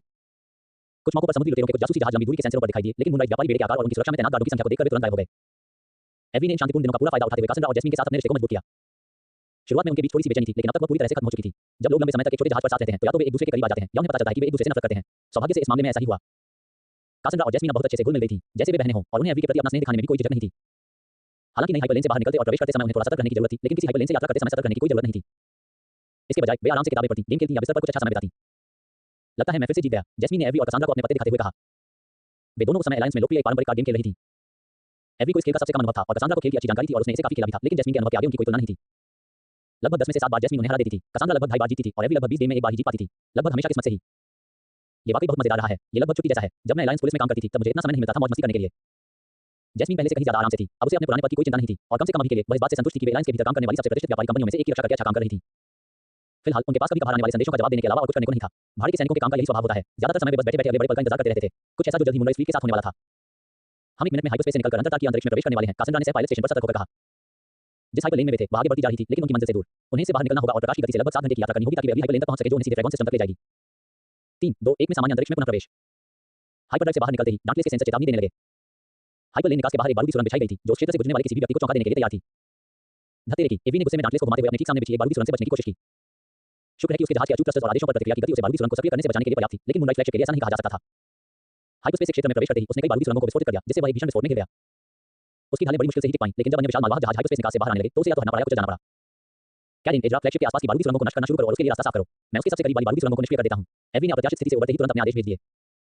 अपने ईएमपी ब्लास्टर को सक्रिय करते हुए वह बारूदी सुरंगों को निष्क्रिय करने में जुट गया, जिनसे नष्ट होने पर भारी नुकसान हो सकता था। सौभाग्य से ये उस प्रकार की सुरंगें थीं जो इलेक्ट्रॉनिक सेंसर का उपयोग करके किसी भी चीज के संपर्क में आने पर उसे पहचान लेती थी, न कि दबाव आधारित तंत्र वाली जो किसी भी चीज के संपर्क में आने पर सक्रिय हो जाती थी। हालांकि बाद वाला प्रकार पुराना था और अब शायद ही कभी उपयोग किया जाता था। एवी, एजरा और कैरिन की सहायता से प्रमुख पोत अपने शील्ड को पूरी तरह खोए बिना बारूदी सुरंग क्षेत्र से निकलने में सक्षम रहा। कुछ अन्य व्यापारी और भाड़े के पोत इतने भाग्यशाली नहीं थे, लेकिन कम से कम उनमें से कोई भी नष्ट नहीं हुआ। केवल उनकी प्लेटिंग और बाहरी प्रणालियों को मामूली क्षति हुई। सार्वजनिक हाइपरलेन के निकास के बाहर बारूदी सुरंग क्षेत्र बिछाना घोर गैर कानूनी है। इस क्षेत्र में गश्त कर रही अलायंस पुलिस ने इसे कैसे नजरअंदाज कर दिया? जैस्मिन ने गुस्से में कहा। ये बहुत बड़ा क्षेत्र नहीं है, इसलिए मुझे लगता है कि इसे हाल ही में स्थापित किया गया होगा और मुझे नहीं लगता कि उन्हें अलायंस के कानूनों की परवाह है। एवी ने मुख्य व्यू स्क्रीन पर पास आ रहे जहाज पर जूम करते हुए जवाब दिया। अब जब वे कमजोर हो चुके थे तो बारूदी सुरंग बिछाने वाले अपने शिकार को खत्म करने के लिए आ रहे थे। छोटे से लेकर बड़े आकार के लगभग 60 जहाज उनकी ओर बढ़ रहे थे। वे सामान्य सेंसर रेंज से ठीक बाहर घात लगाकर बैठे थे और बारूदी सुरंगों के कारण व्यापारी बेड़े के कमजोर पड़ने का इंतजार कर रहे थे। इनमें कोई संकेत नहीं है और इनमें से कोई भी जहाज अलायंस का नहीं है। जैस्मिन ने आने वाले दुश्मनों के स्कैन डेटा का विश्लेषण करते हुए आश्चर्य से कहा। द नोवेल 5 उपन्यासों के अध्यायों को जल्दी और उच्चतम गुणवत्ता में पढ़ने के लिए गूगल पर मौजूद वेबसाइट का पता लगाएं। हस्ताक्षर न होना एक बात थी, लेकिन जहाजों का गठबंधन से बाहर का होना दूसरी बात। हालांकि एवी के पास इन जहाजों के बारे में कोई जानकारी नहीं थी, लेकिन सौभाग्य से एजरा के पास थी। ये सभी रेस्मेन थियोक्रेसी के सैन्य लड़ाकू जहाज हैं। ये सभी 4 या 5 पीढ़ियों पुराने हैं, लेकिन फिर भी ये उच्च क्षमता वाले हथियारों से लैस युक्त हैं। एजरा ने इन जहाजों के बारे में जो भी जानकारी उसके पास थी उसे तुरंत एवी और कैरिन को भेज दिया। रेस्मेन थियोक्रेसी ड्रामे गठबंधन की सीमा से लगे प्रमुख देशों में से एक थी। फिलहाल दोनों के बीच एक नाजुक शांति थी, लेकिन अतीत में वे कई बार युद्ध लड़ चुके थे। शायद ये शत्रुता की वापसी की शुरुआत थी। नोवेल हॉल इतिहास अध्याय 95 साहसिक दांव पेच। नाम महानतम अंतरिक्ष भाड़ी के सैनिक बनने का मार्ग लेखक मैगासी। जोड़ बंद करें, रीसेट करें। दुश्मन के संगठन के बारे में चिंता करने का समय न होने के कारण एवी ने अन्य भाड़ी के सैनिकों के दस्तों के नेताओं से संपर्क किया और एजरा और कैरिन के साथ मिलकर उन्हें रोकने के लिए मोर्चा संभाला। अधिकांश व्यापारी जहाज बारूदी सुरंगों में फंसे हुए थे, इसलिए उनकी रक्षा के लिए उनके पास रहना बेकार साबित होने वाला था। आगे के नुकसान को रोकने का एकमात्र तरीका था तेजी से आ रहे दुश्मन से मुकाबला करना और उन्हें पहले ही मार गिराना। यह एक भयंकर लड़ाई होने वाली है, एवी ने बताया। भले ही वे पुराने मॉडल के जहाज थे, लेकिन वे ऐसे जहाजों से निपट रहे थे जिन्हें कभी आकाशगंगा के एसएस की एक प्रमुख शक्ति की सेना ने अपनाया था। उनमें से प्रत्येक एक आम डाकू से कहीं अधिक मारक क्षमता वाला था। पास आ रहे दुश्मनों की ओर से कोई उपहास या आदेश नहीं आया। उन्होंने बस अपने हथियार तैयार रखे थे और अपने लक्ष्यों को नष्ट करने के लिए सीमा में आने का इंतजार कर रहे थे। ये काफी स्पष्ट था कि हमलावर समुद्री डाकू नहीं थे, लेकिन वे प्रशिक्षित सैन्यकर्मी भी नहीं लग रहे थे। बड़े पैमाने पर हुए समुद्री डाकुओं के हमले के दौरान अलायंस पुलिस के बर्ताव को देखकर एवी के मन में बस यही ख्याल आया कि ये लोग कितने लापरवाह थे। उनके जहाज किसी भी तरह की औपचारिकता में नहीं थे और वे बस आगे बढ़ते जा रहे थे, मानो मूनराइज बेड़े को हराने के लिए अपनी भारी मारक क्षमता का इस्तेमाल करने की योजना बना रहे हों। उनके क्रूजर ने हमें निशाना बना लिया है, कसांड्रा ने कहा। डार्कनेस के अलार्म ने उन्हें उन पर निशाना साधे गए हथियारों के बारे में सचेत कर दिया। बड़े बड़े लेजर उनके बीच से गुजरते हुए डार्कनेस की ओर बढ़ते हुए दिखाई दिए। हालांकि जैस्मिन द्वारा कुछ शिक्षण पहले तैनात किए गए जेफ और डेकोविकिन की बदौलत एवी बार-बार शक्तिशाली धमाकों से बच गया। एवी के ठीक पीछे एजरा और कैरिन थे और उनके ठीक पीछे बेड़े की सुरक्षा के लिए रखे गए लगभग 80% भाड़ी के सैनिक थे। अपने विरोधियों के पास भारी शक्ति वाले लंबे रेंज के हथियार देखकर वे सभी जानते थे कि उनके लिए सबसे अच्छा तरीका यह है कि वे जल्दी से लड़ाई में कूद पड़ें और आमने-सामने की लड़ाई लड़ें। दुश्मन के पास मौजूद बड़े और मध्यम आकार के जहाजों के लिए हमला करना मुश्किल था, क्योंकि उन्हें अपने साथियों को निशाना बनाने का डर था। एवी सबसे पहले नजदीकी सीमा में पहुंचा और दर्जनों तोपें उसे मार गिराने के लिए उसकी ओर निशाना साध रही थी। अपनी पूरी कोशिश के बावजूद डार्कनेस की ढालें लगातार कमजोर होती जा रही थी, लेकिन वह बिना जवाबी कार्रवाई के गोलीबारी का सामना नहीं करने वाला था। उसने अपनी 3 मुख्य लेजर तोपों का निशाना एक छोटे जहाज पर साधा और ट्रिगर दबा दिया। एक तेज रोशनी चमकी और उसके लक्ष्य की ढालों को भारी नुकसान पहुंचा, लेकिन बस इतना ही। ये पूर्व सैन्य जहाज किसी भी आधुनिक नाविक जहाज से कहीं ज्यादा मजबूत थे। फिर भी एवी सिमुलेशन में इसी तरह की परिस्थितियों में लड़ने का आदी था और उसके अनुसार एजरा के साथ उसका द्वंद्व कहीं अधिक कठिन था। जिन लोगों से वे अभी लड़ रहे थे उनके पास शक्तिशाली पोत थे, लेकिन वे उनका उपयोग करना नहीं जानते थे। तेज और बेतहाशा पैंतरेबाजी करते हुए वह बड़े और मध्यम आकार के पोतों के बीच घुस गया और उनकी सुरक्षा को तेजी से कमजोर करने के लिए लगातार अपने प्लाज्मा लॉन्चर से गोले दागता रहा। और जब भी कोई छोटा पीछा करने वाला पोत उसे घेरने की कोशिश करता तो वह अपने पिछले हिस्से में लगे स्कैटगन से जबरदस्त गोलाबारी करता। वाह, लगता है एजरा भी कुछ ज्यादा ही आक्रामक हो रहा है। एवी ने देखा कि दुश्मन के एक क्रूजर का थ्रस्टर स्पेक्टर की रेलगन से सीधा निशाना लगने के बाद अचानक फट गया। शुद्ध शक्ति के मामले में इसने युद्ध के मैदान में मौजूद हर दूसरे हथियार को मात दे दी। यहां तक कि डार्कनेस के प्लाज्मा लॉन्चर भी केवल एक शॉट से इतने विनाशकारी नहीं थे। लेकिन हार न मानने के इरादे से एवी ने खुद को और भी ज्यादा जोर से झोंक दिया। कुछ पल के लिए उसे लगा जैसे उसने अपने बाईं ओर किसी के चीखने की आवाज सुनी हो, लेकिन मौजूदा लड़ाई से जुड़ी जानकारी के अलावा उसने बाकी सब कुछ अनसुना कर दिया। जैसे जैसे झड़प और ज्यादा अराजक होती गई, दुश्मन के कुछ जहाज अलग होकर लगभग निहत्थे मालवाहक जहाजों की ओर बढ़ गए। उनका मकसद भाड़े के सैनिकों से भिड़ना नहीं था, बल्कि मूनराइज व्यापारिक कंपनी को खत्म करना था। पीछे रह गए बचे हुए गार्ड लड़ने के लिए आगे बढ़े, लेकिन उन्हें बड़े सैन्य जहाजों को आगे बढ़ने से रोकना मुश्किल लगा। लगता है हमें उनकी मदद के लिए जाना होगा। कसेंड्रा, बाकी लोगों को सूचित करो और हमारे भागने में मदद करो। एवी ने कहा और तेजी से डेंटलेस को घुमाकर व्यापारियों को धमकाने वाले दुश्मनों की ओर हाथ लगा दी। जाहिर है जिन क्रूजों से वह बच रहा था उन्होंने जैसे ही उसने अलग होने की कोशिश की उस पर अपने हथियार तान दिए, लेकिन उसी समय एजरा और कैरिन ने अपने नेता को बचाने के लिए ताबड़तोड़ हमले किए, क्योंकि वह उन्हें भुगतान करने वालों की मदद के लिए जा रहा था। जैसे ही वे पास पहुंचे, एवी ने देखा कि डेंटलेस की ढालें खतरनाक रूप से कमजोर होती जा रही हैं। इससे पहले कि उसे कुछ कहने की जरूरत पड़ती, कसेंड्रा ने अपने एक शील्ड सेल का इस्तेमाल करके तुरंत उनकी प्राथमिक सुरक्षा बहाल कर दी। वह हमेशा की तरह एक भरोसेमंद साथी थी। नजदीक पहुंचकर एवी ने तेजी से अपने प्लाज्मा लॉन्चर दागे और दुश्मन की सेना में अफरा-तफरी मचा दी। वह लगभग तुरंत ही उनका मुख्य निशाना बन गया और बाकी भाड़े के सैनिकों को थोड़ी राहत मिली। उसके चारों ओर अंतरिक्ष में लेजर और गोलियां तेजी से दौड़ रही थी और हिट होने का संकेत देने वाले अलार्म की आवाज इतनी तेज हो गई थी कि मानो कोई धुन बज रही हो। एवी ने जितना हो सका बचाव किया, लेकिन इतने सारे दुश्मन जहाजों के सामने वह ज्यादा कुछ नहीं कर सकता था। एवी, मैं तुम्हारा ध्यान भटकाना नहीं चाहती, लेकिन हम इस तरह ज्यादा देर तक टिक नहीं पाएंगे, कसेंड्रा ने तनाव भरे स्वर में कहा। वह उसकी मदद करने के लिए अपनी पूरी कोशिश कर रही थी। फिर भी चाहे डांटलेस कितना भी बेदाग क्यों न हो, उसकी भी कुछ सीमाएं थीं और वह उनके करीब पहुंच रही थी। चिंता मत करो, मैं संभाल लूंगा। बेतरतीब ढंग से इधर-उधर होने के बाद एवी अंततः दुश्मन के एक बड़े यान के नीचे आकर रुक गया।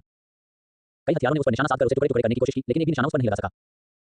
एवी ने व्यवस्थित रूप से उन सभी हथियार प्रणालियों को नष्ट या क्षतिग्रस्त कर दिया था जो सियांग को नष्ट किए बिना इस कोन से उस पर हमला कर सकती थी जिसके नीचे वह छिपा था।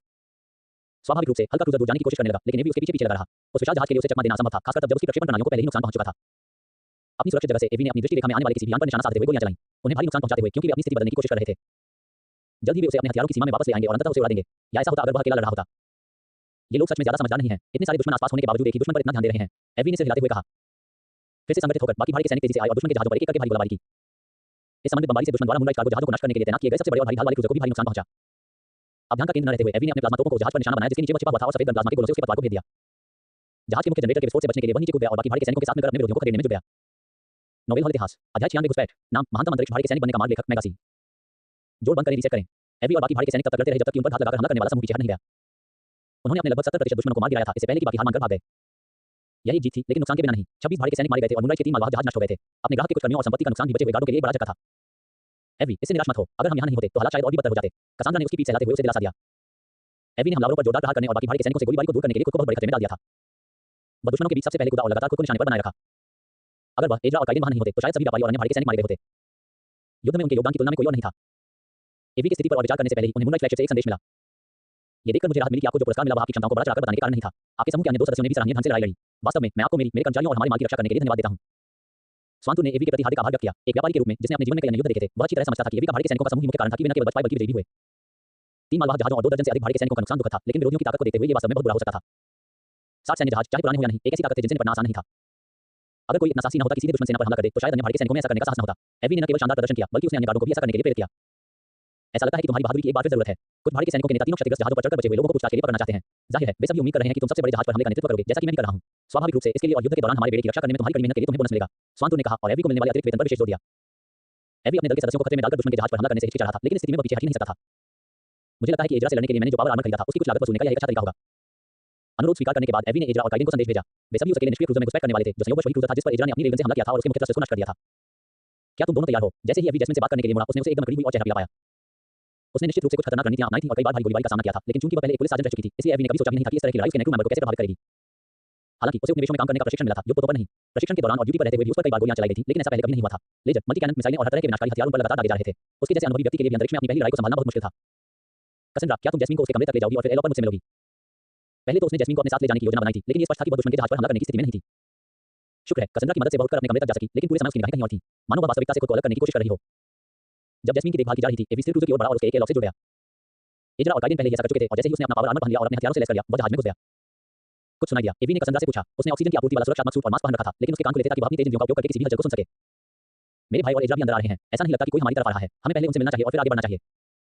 सिर हिलाते हुए एवी ने अपनी टीम के बाकी 2 सदस्यों से संपर्क किया और चारों जल्दी से जहाज की तलाशी लेने और किसी को भी पकड़ने के लिए निकल पड़े।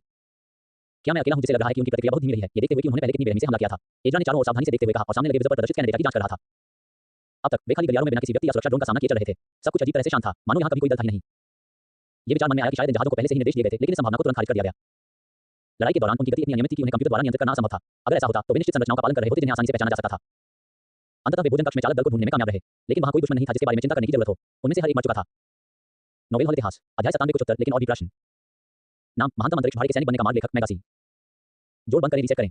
सामने का नजारा देखकर एवी की हालत खराब हो गई और वह अकेला नहीं था। भले ही वे अनुभवी भाड़ी के सैनिक थे, लेकिन दुश्मन के जहाज के भोजनालय में एक नजर डालते ही कसांड्रा, काइडेन और एड्रा भी बीमार पड़ गए। हर जगह खून बिखरा हुआ था और जमीन पर खून की पतली सी धार जम गई थी। ये साफ था कि यहाँ आए लोगों ने खुद को उड़ा लिया था। पकड़े जाने के बजाय उन्होंने अपनी जान ले ली थी और अपनी पहचान के लगभग सभी सबूत मिटा दिए थे। जब तक उनमें से कुछ का डीएनए किसी डेटाबेस में सुरक्षित न हो, कोई भी ये पता नहीं लगा पाएगा कि वे कौन थे। और इतनी भयानक तबाही को देखते हुए ये पता लगाना भी बहुत मुश्किल होगा। जब उसके पावर सूट के सेंसर ने कमरे में किसी के भी जीवित होने के संकेत न मिलने की पुष्टि कर दी, तो एवी ने दरवाजा बंद कर दिया और दूसरी तरफ देखने लगा। उसने पहले भी कई भयानक दृश्य देखे थे, लेकिन ये तो हद ही थी। उस पर उसे लग रहा था कि वह कभी कुछ छा नहीं पाएगा। हमें जहाज के बाकी हिस्सों की तलाशी लेनी चाहिए, इससे पहले कि हम ये निष्कर्ष निकालें कि यह खाली है। नेताओं ने लोगों को यह विश्वास दिलाने के लिए ऐसा किया होगा कि कोई जीवित नहीं बचा है, एड्रा ने कहा, जो सबसे पहले होश में आया। हालांकि जो कुछ उन्होंने देखा था उससे वह भी बुरी तरह डरा हुआ था। उस भयानक दृश्य को बुलाने के लिए एवी, कसांड्रा, काइडेन और एड्रा ने क्रूजर की खोजबीन पर पूरा ध्यान केंद्रित किया। यह एक विशाल जहाज था जिसमें कई कमरे थे और पूरी खोजबीन करने में उन्हें काफी समय लगा। फिर भी जब तक उन्होंने आखिरी क्षेत्र की तलाशी पूरी की, तब तक एक भी व्यक्ति नहीं मिला। डेटा लॉग भी मिटा दिए गए थे, जिससे जहाज पर लगभग कुछ भी ऐसा नहीं बचा था जिससे पता चल सके कि उन पर हमला करने वाले कौन थे। तो क्या वे रेस्मेन थियोक्रेसी की सेना का हिस्सा थे? एवी ने मन ही मन बुदबुदाया। वह जवाब की उम्मीद करने के बजाय जोर से सोच रहा था। वहीं एड्रा ने संदेश से हिलाया। मुझे ऐसा नहीं लगता। दुश्मन के इलाके में इतने पुराने जहाजों को मिशन पर भेजना उनके लिए समझदारी की बात नहीं होगी। साथ ही हम अलायंस में काफी आगे बढ़ चुके हैं और टेराफॉर्मिंग किए जा रहे ग्रह की ओर बढ़ रहा व्यापारी बेड़ा दुश्मन सेना के लिए कोई उच्च प्राथमिकता वाला लक्ष्य नहीं होगा। फिर वो सामूहिक आत्महत्या भी है जो हमने देखी। धर्मतंत्र के सच्चे अनुयायी अपने 9 देवताओं की सेवा में जीते हैं। आत्महत्या करना उनके लिए वर्जित माना जाता है। तुम तो इन लोगों के बारे में काफी कुछ जानते हो, काइडेन ने आरोप लगाते हुए बुलाया। कुछ साल पहले लगभग 9 महीनों तक मैंने ड्रामेट एलायंस और जैस्मिन धर्मचंद की सीमा के पास अंतरिक्ष राक्षसों को मारने का काम किया था। उस दौरान मेरी मुलाकात तरह तरह के लोगों से हुई। कुछ लोग अपने धर्म के कट्टर अनुयायी थे और किसी को भी अपनी शिक्षाएं बताने को तैयार थे।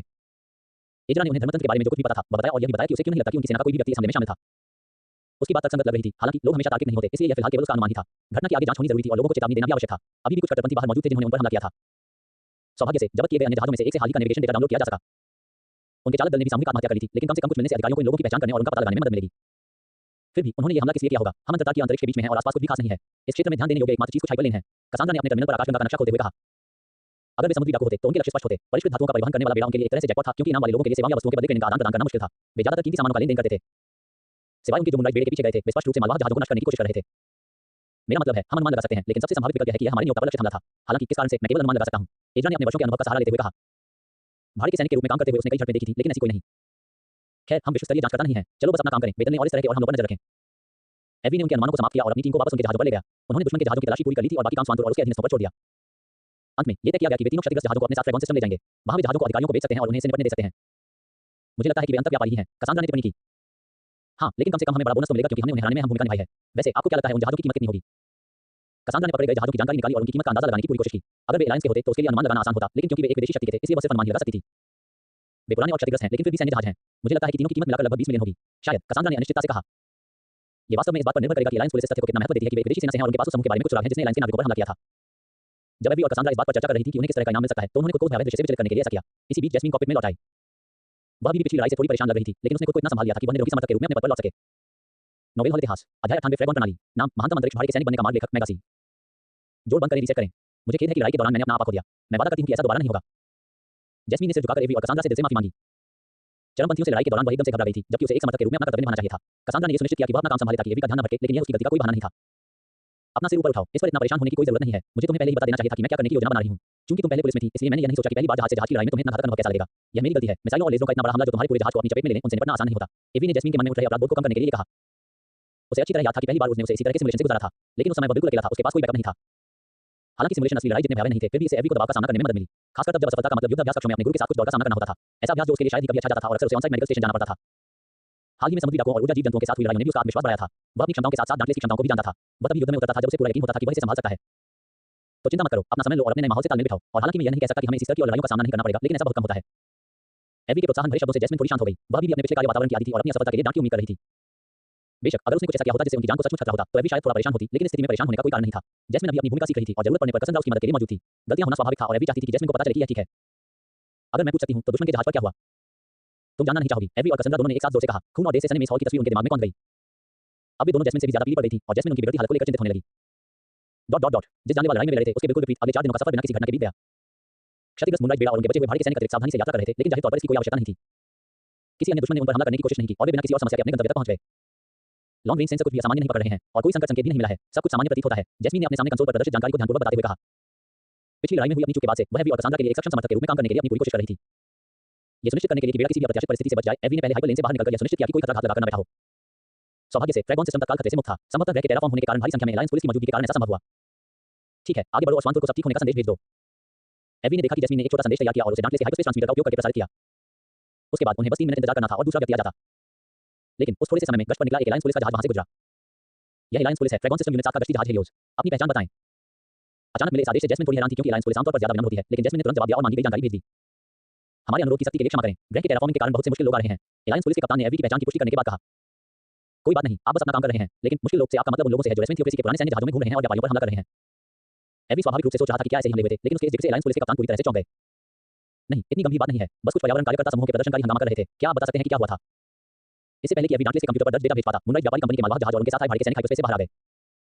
जाहिर है, इससे एलायंस पुलिस के कप्तान को काफी झटका लगा और वह जल्दी स्वांतुर के साथ लंबी बातचीत में उलझ गए। कम से कम इससे एवी को सब कुछ समझाने से छुटकारा मिल गया, इसलिए वह बस पीछे हट गया और दोनों नेताओं को आपस में मामला सुलझाने दिया। कुछ ही देर में एलायंस के और भी जहाज आ गए और पकड़े गए रेस्मेंट थियोक्रेसी के तीनों जहाजों को अपने साथ ले गए। हालांकि इससे पहले स्वांतुर ने उनके लिए अच्छी खासी रकम तय कर ली थी। पुलिस सुरक्षा के साथ मूनलाइट बेड़े को सिस्टम की सबसे बड़ी व्यापारिक बस्ती फ्रेगॉन 3 पर लाया गया। ये तो वाकई एक शानदार स्टेशन है, एवी ने प्रभावित होकर सीटी बजाते हुए कहा। अपने घर यूसन 2 और यहाँ तक कि यूसन प्राइम की तुलना में फ्रेगॉन 3 कहीं अधिक विशाल था। इसमें 6 मिलियन से अधिक लोग रह सकते थे। फिलहाल सैकड़ों जहाज इस उभरते हुए ग्रह के लिए सामान पहुंचाने के लिए डॉक किए हुए थे, जो जल्दी रहने योग्य होने वाला था। फिर भी कुछ लोग ऐसे भी थे जो स्पष्ट रूप से एलायंस में एक नए ग्रह के जुड़ने में मदद करने या उसका जश्न मनाने के लिए यहाँ नहीं आए थे। ये लोग तो वाकई एक बड़ा तमाशा कर रहे हैं। कसांड्रा ने जहाजों के एक समूह की ओर देखते हुए टिप्पणी की, जिनके बाहरी हिस्सों पर बड़े-बड़े चमकते हुए संकेत लगे थे। इन संकेतों पर कुछ इस तरह लिखा था, मनुष्यों को इस ग्रह पर रहने के लिए नहीं बनाया गया था और अपने लालच के लिए जिंदगियों को नष्ट मत करो। ये काफी स्पष्ट था कि ये वही पर्यावरण कार्यकर्ता थे जिनका जिक्र एलायंस पुलिस कप्तान ने पहले किया था।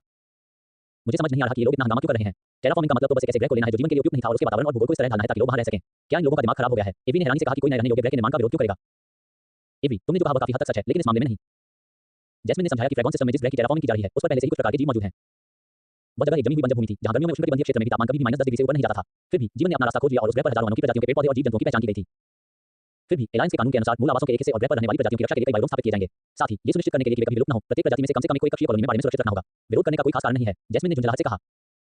प्राकृतिक या टेराफॉर्म किए गए रहने योग्य ग्रह इतने दुर्लभ थे कि लोग किसी ग्रह की प्राकृतिक स्थिति को संरक्षित करने जैसे कारणों से उन्हें छोड़ नहीं सकते थे।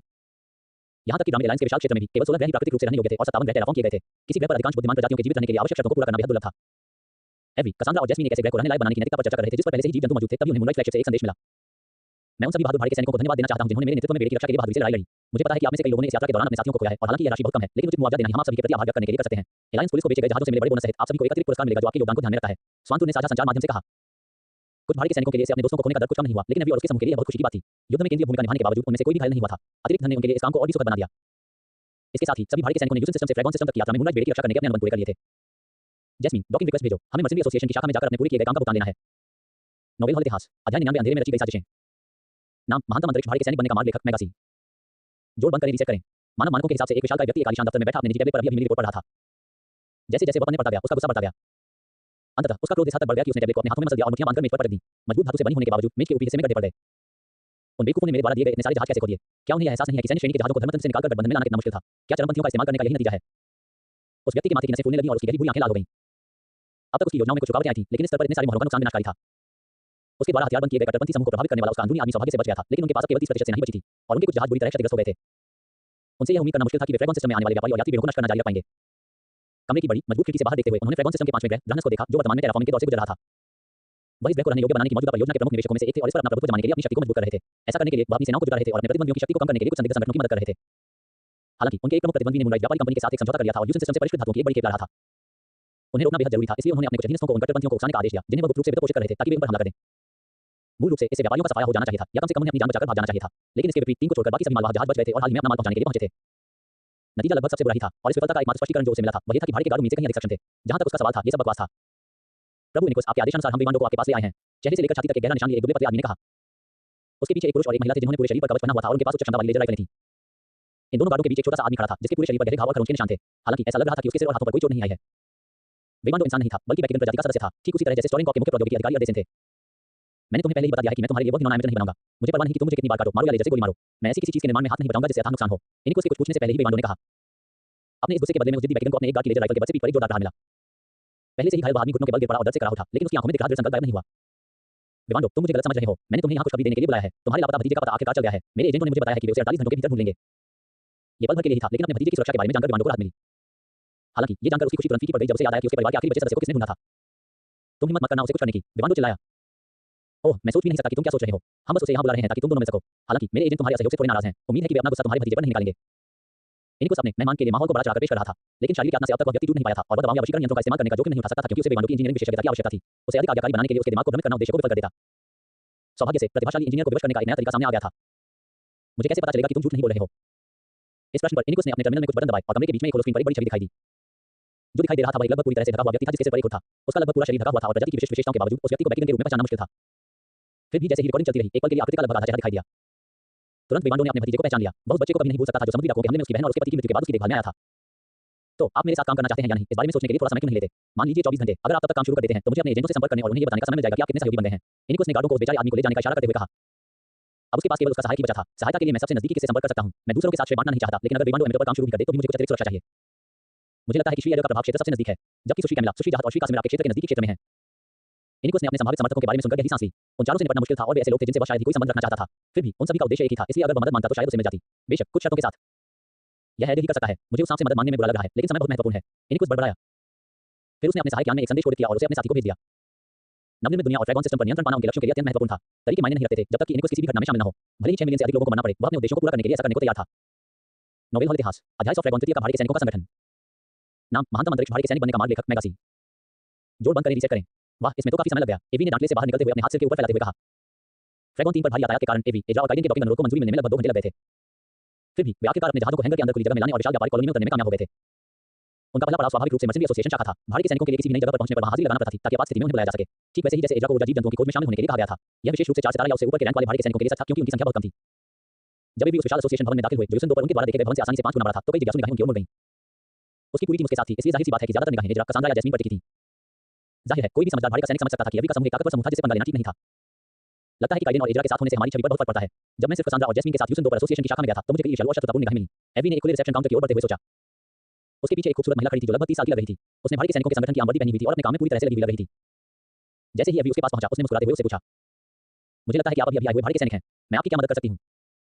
हम यहाँ अपने नाम लेने और चेक इन करने आए हैं क्योंकि हम कम से कम कुछ दिनों तक यहाँ रुकेंगे। एवी ने अपना टर्मिनल सौंपते हुए कहा जिसमें उसकी इलेक्ट्रॉनिक पहचान पहले से ही दर्ज थी। स्कैन करने के बाद उसने डिवाइस एवी को वापस कर दिया। फिर उसने अपने सामने मॉनिटर पर प्रदर्शित जानकारी देखी और उसकी आंखें चौड़ी हो गईं।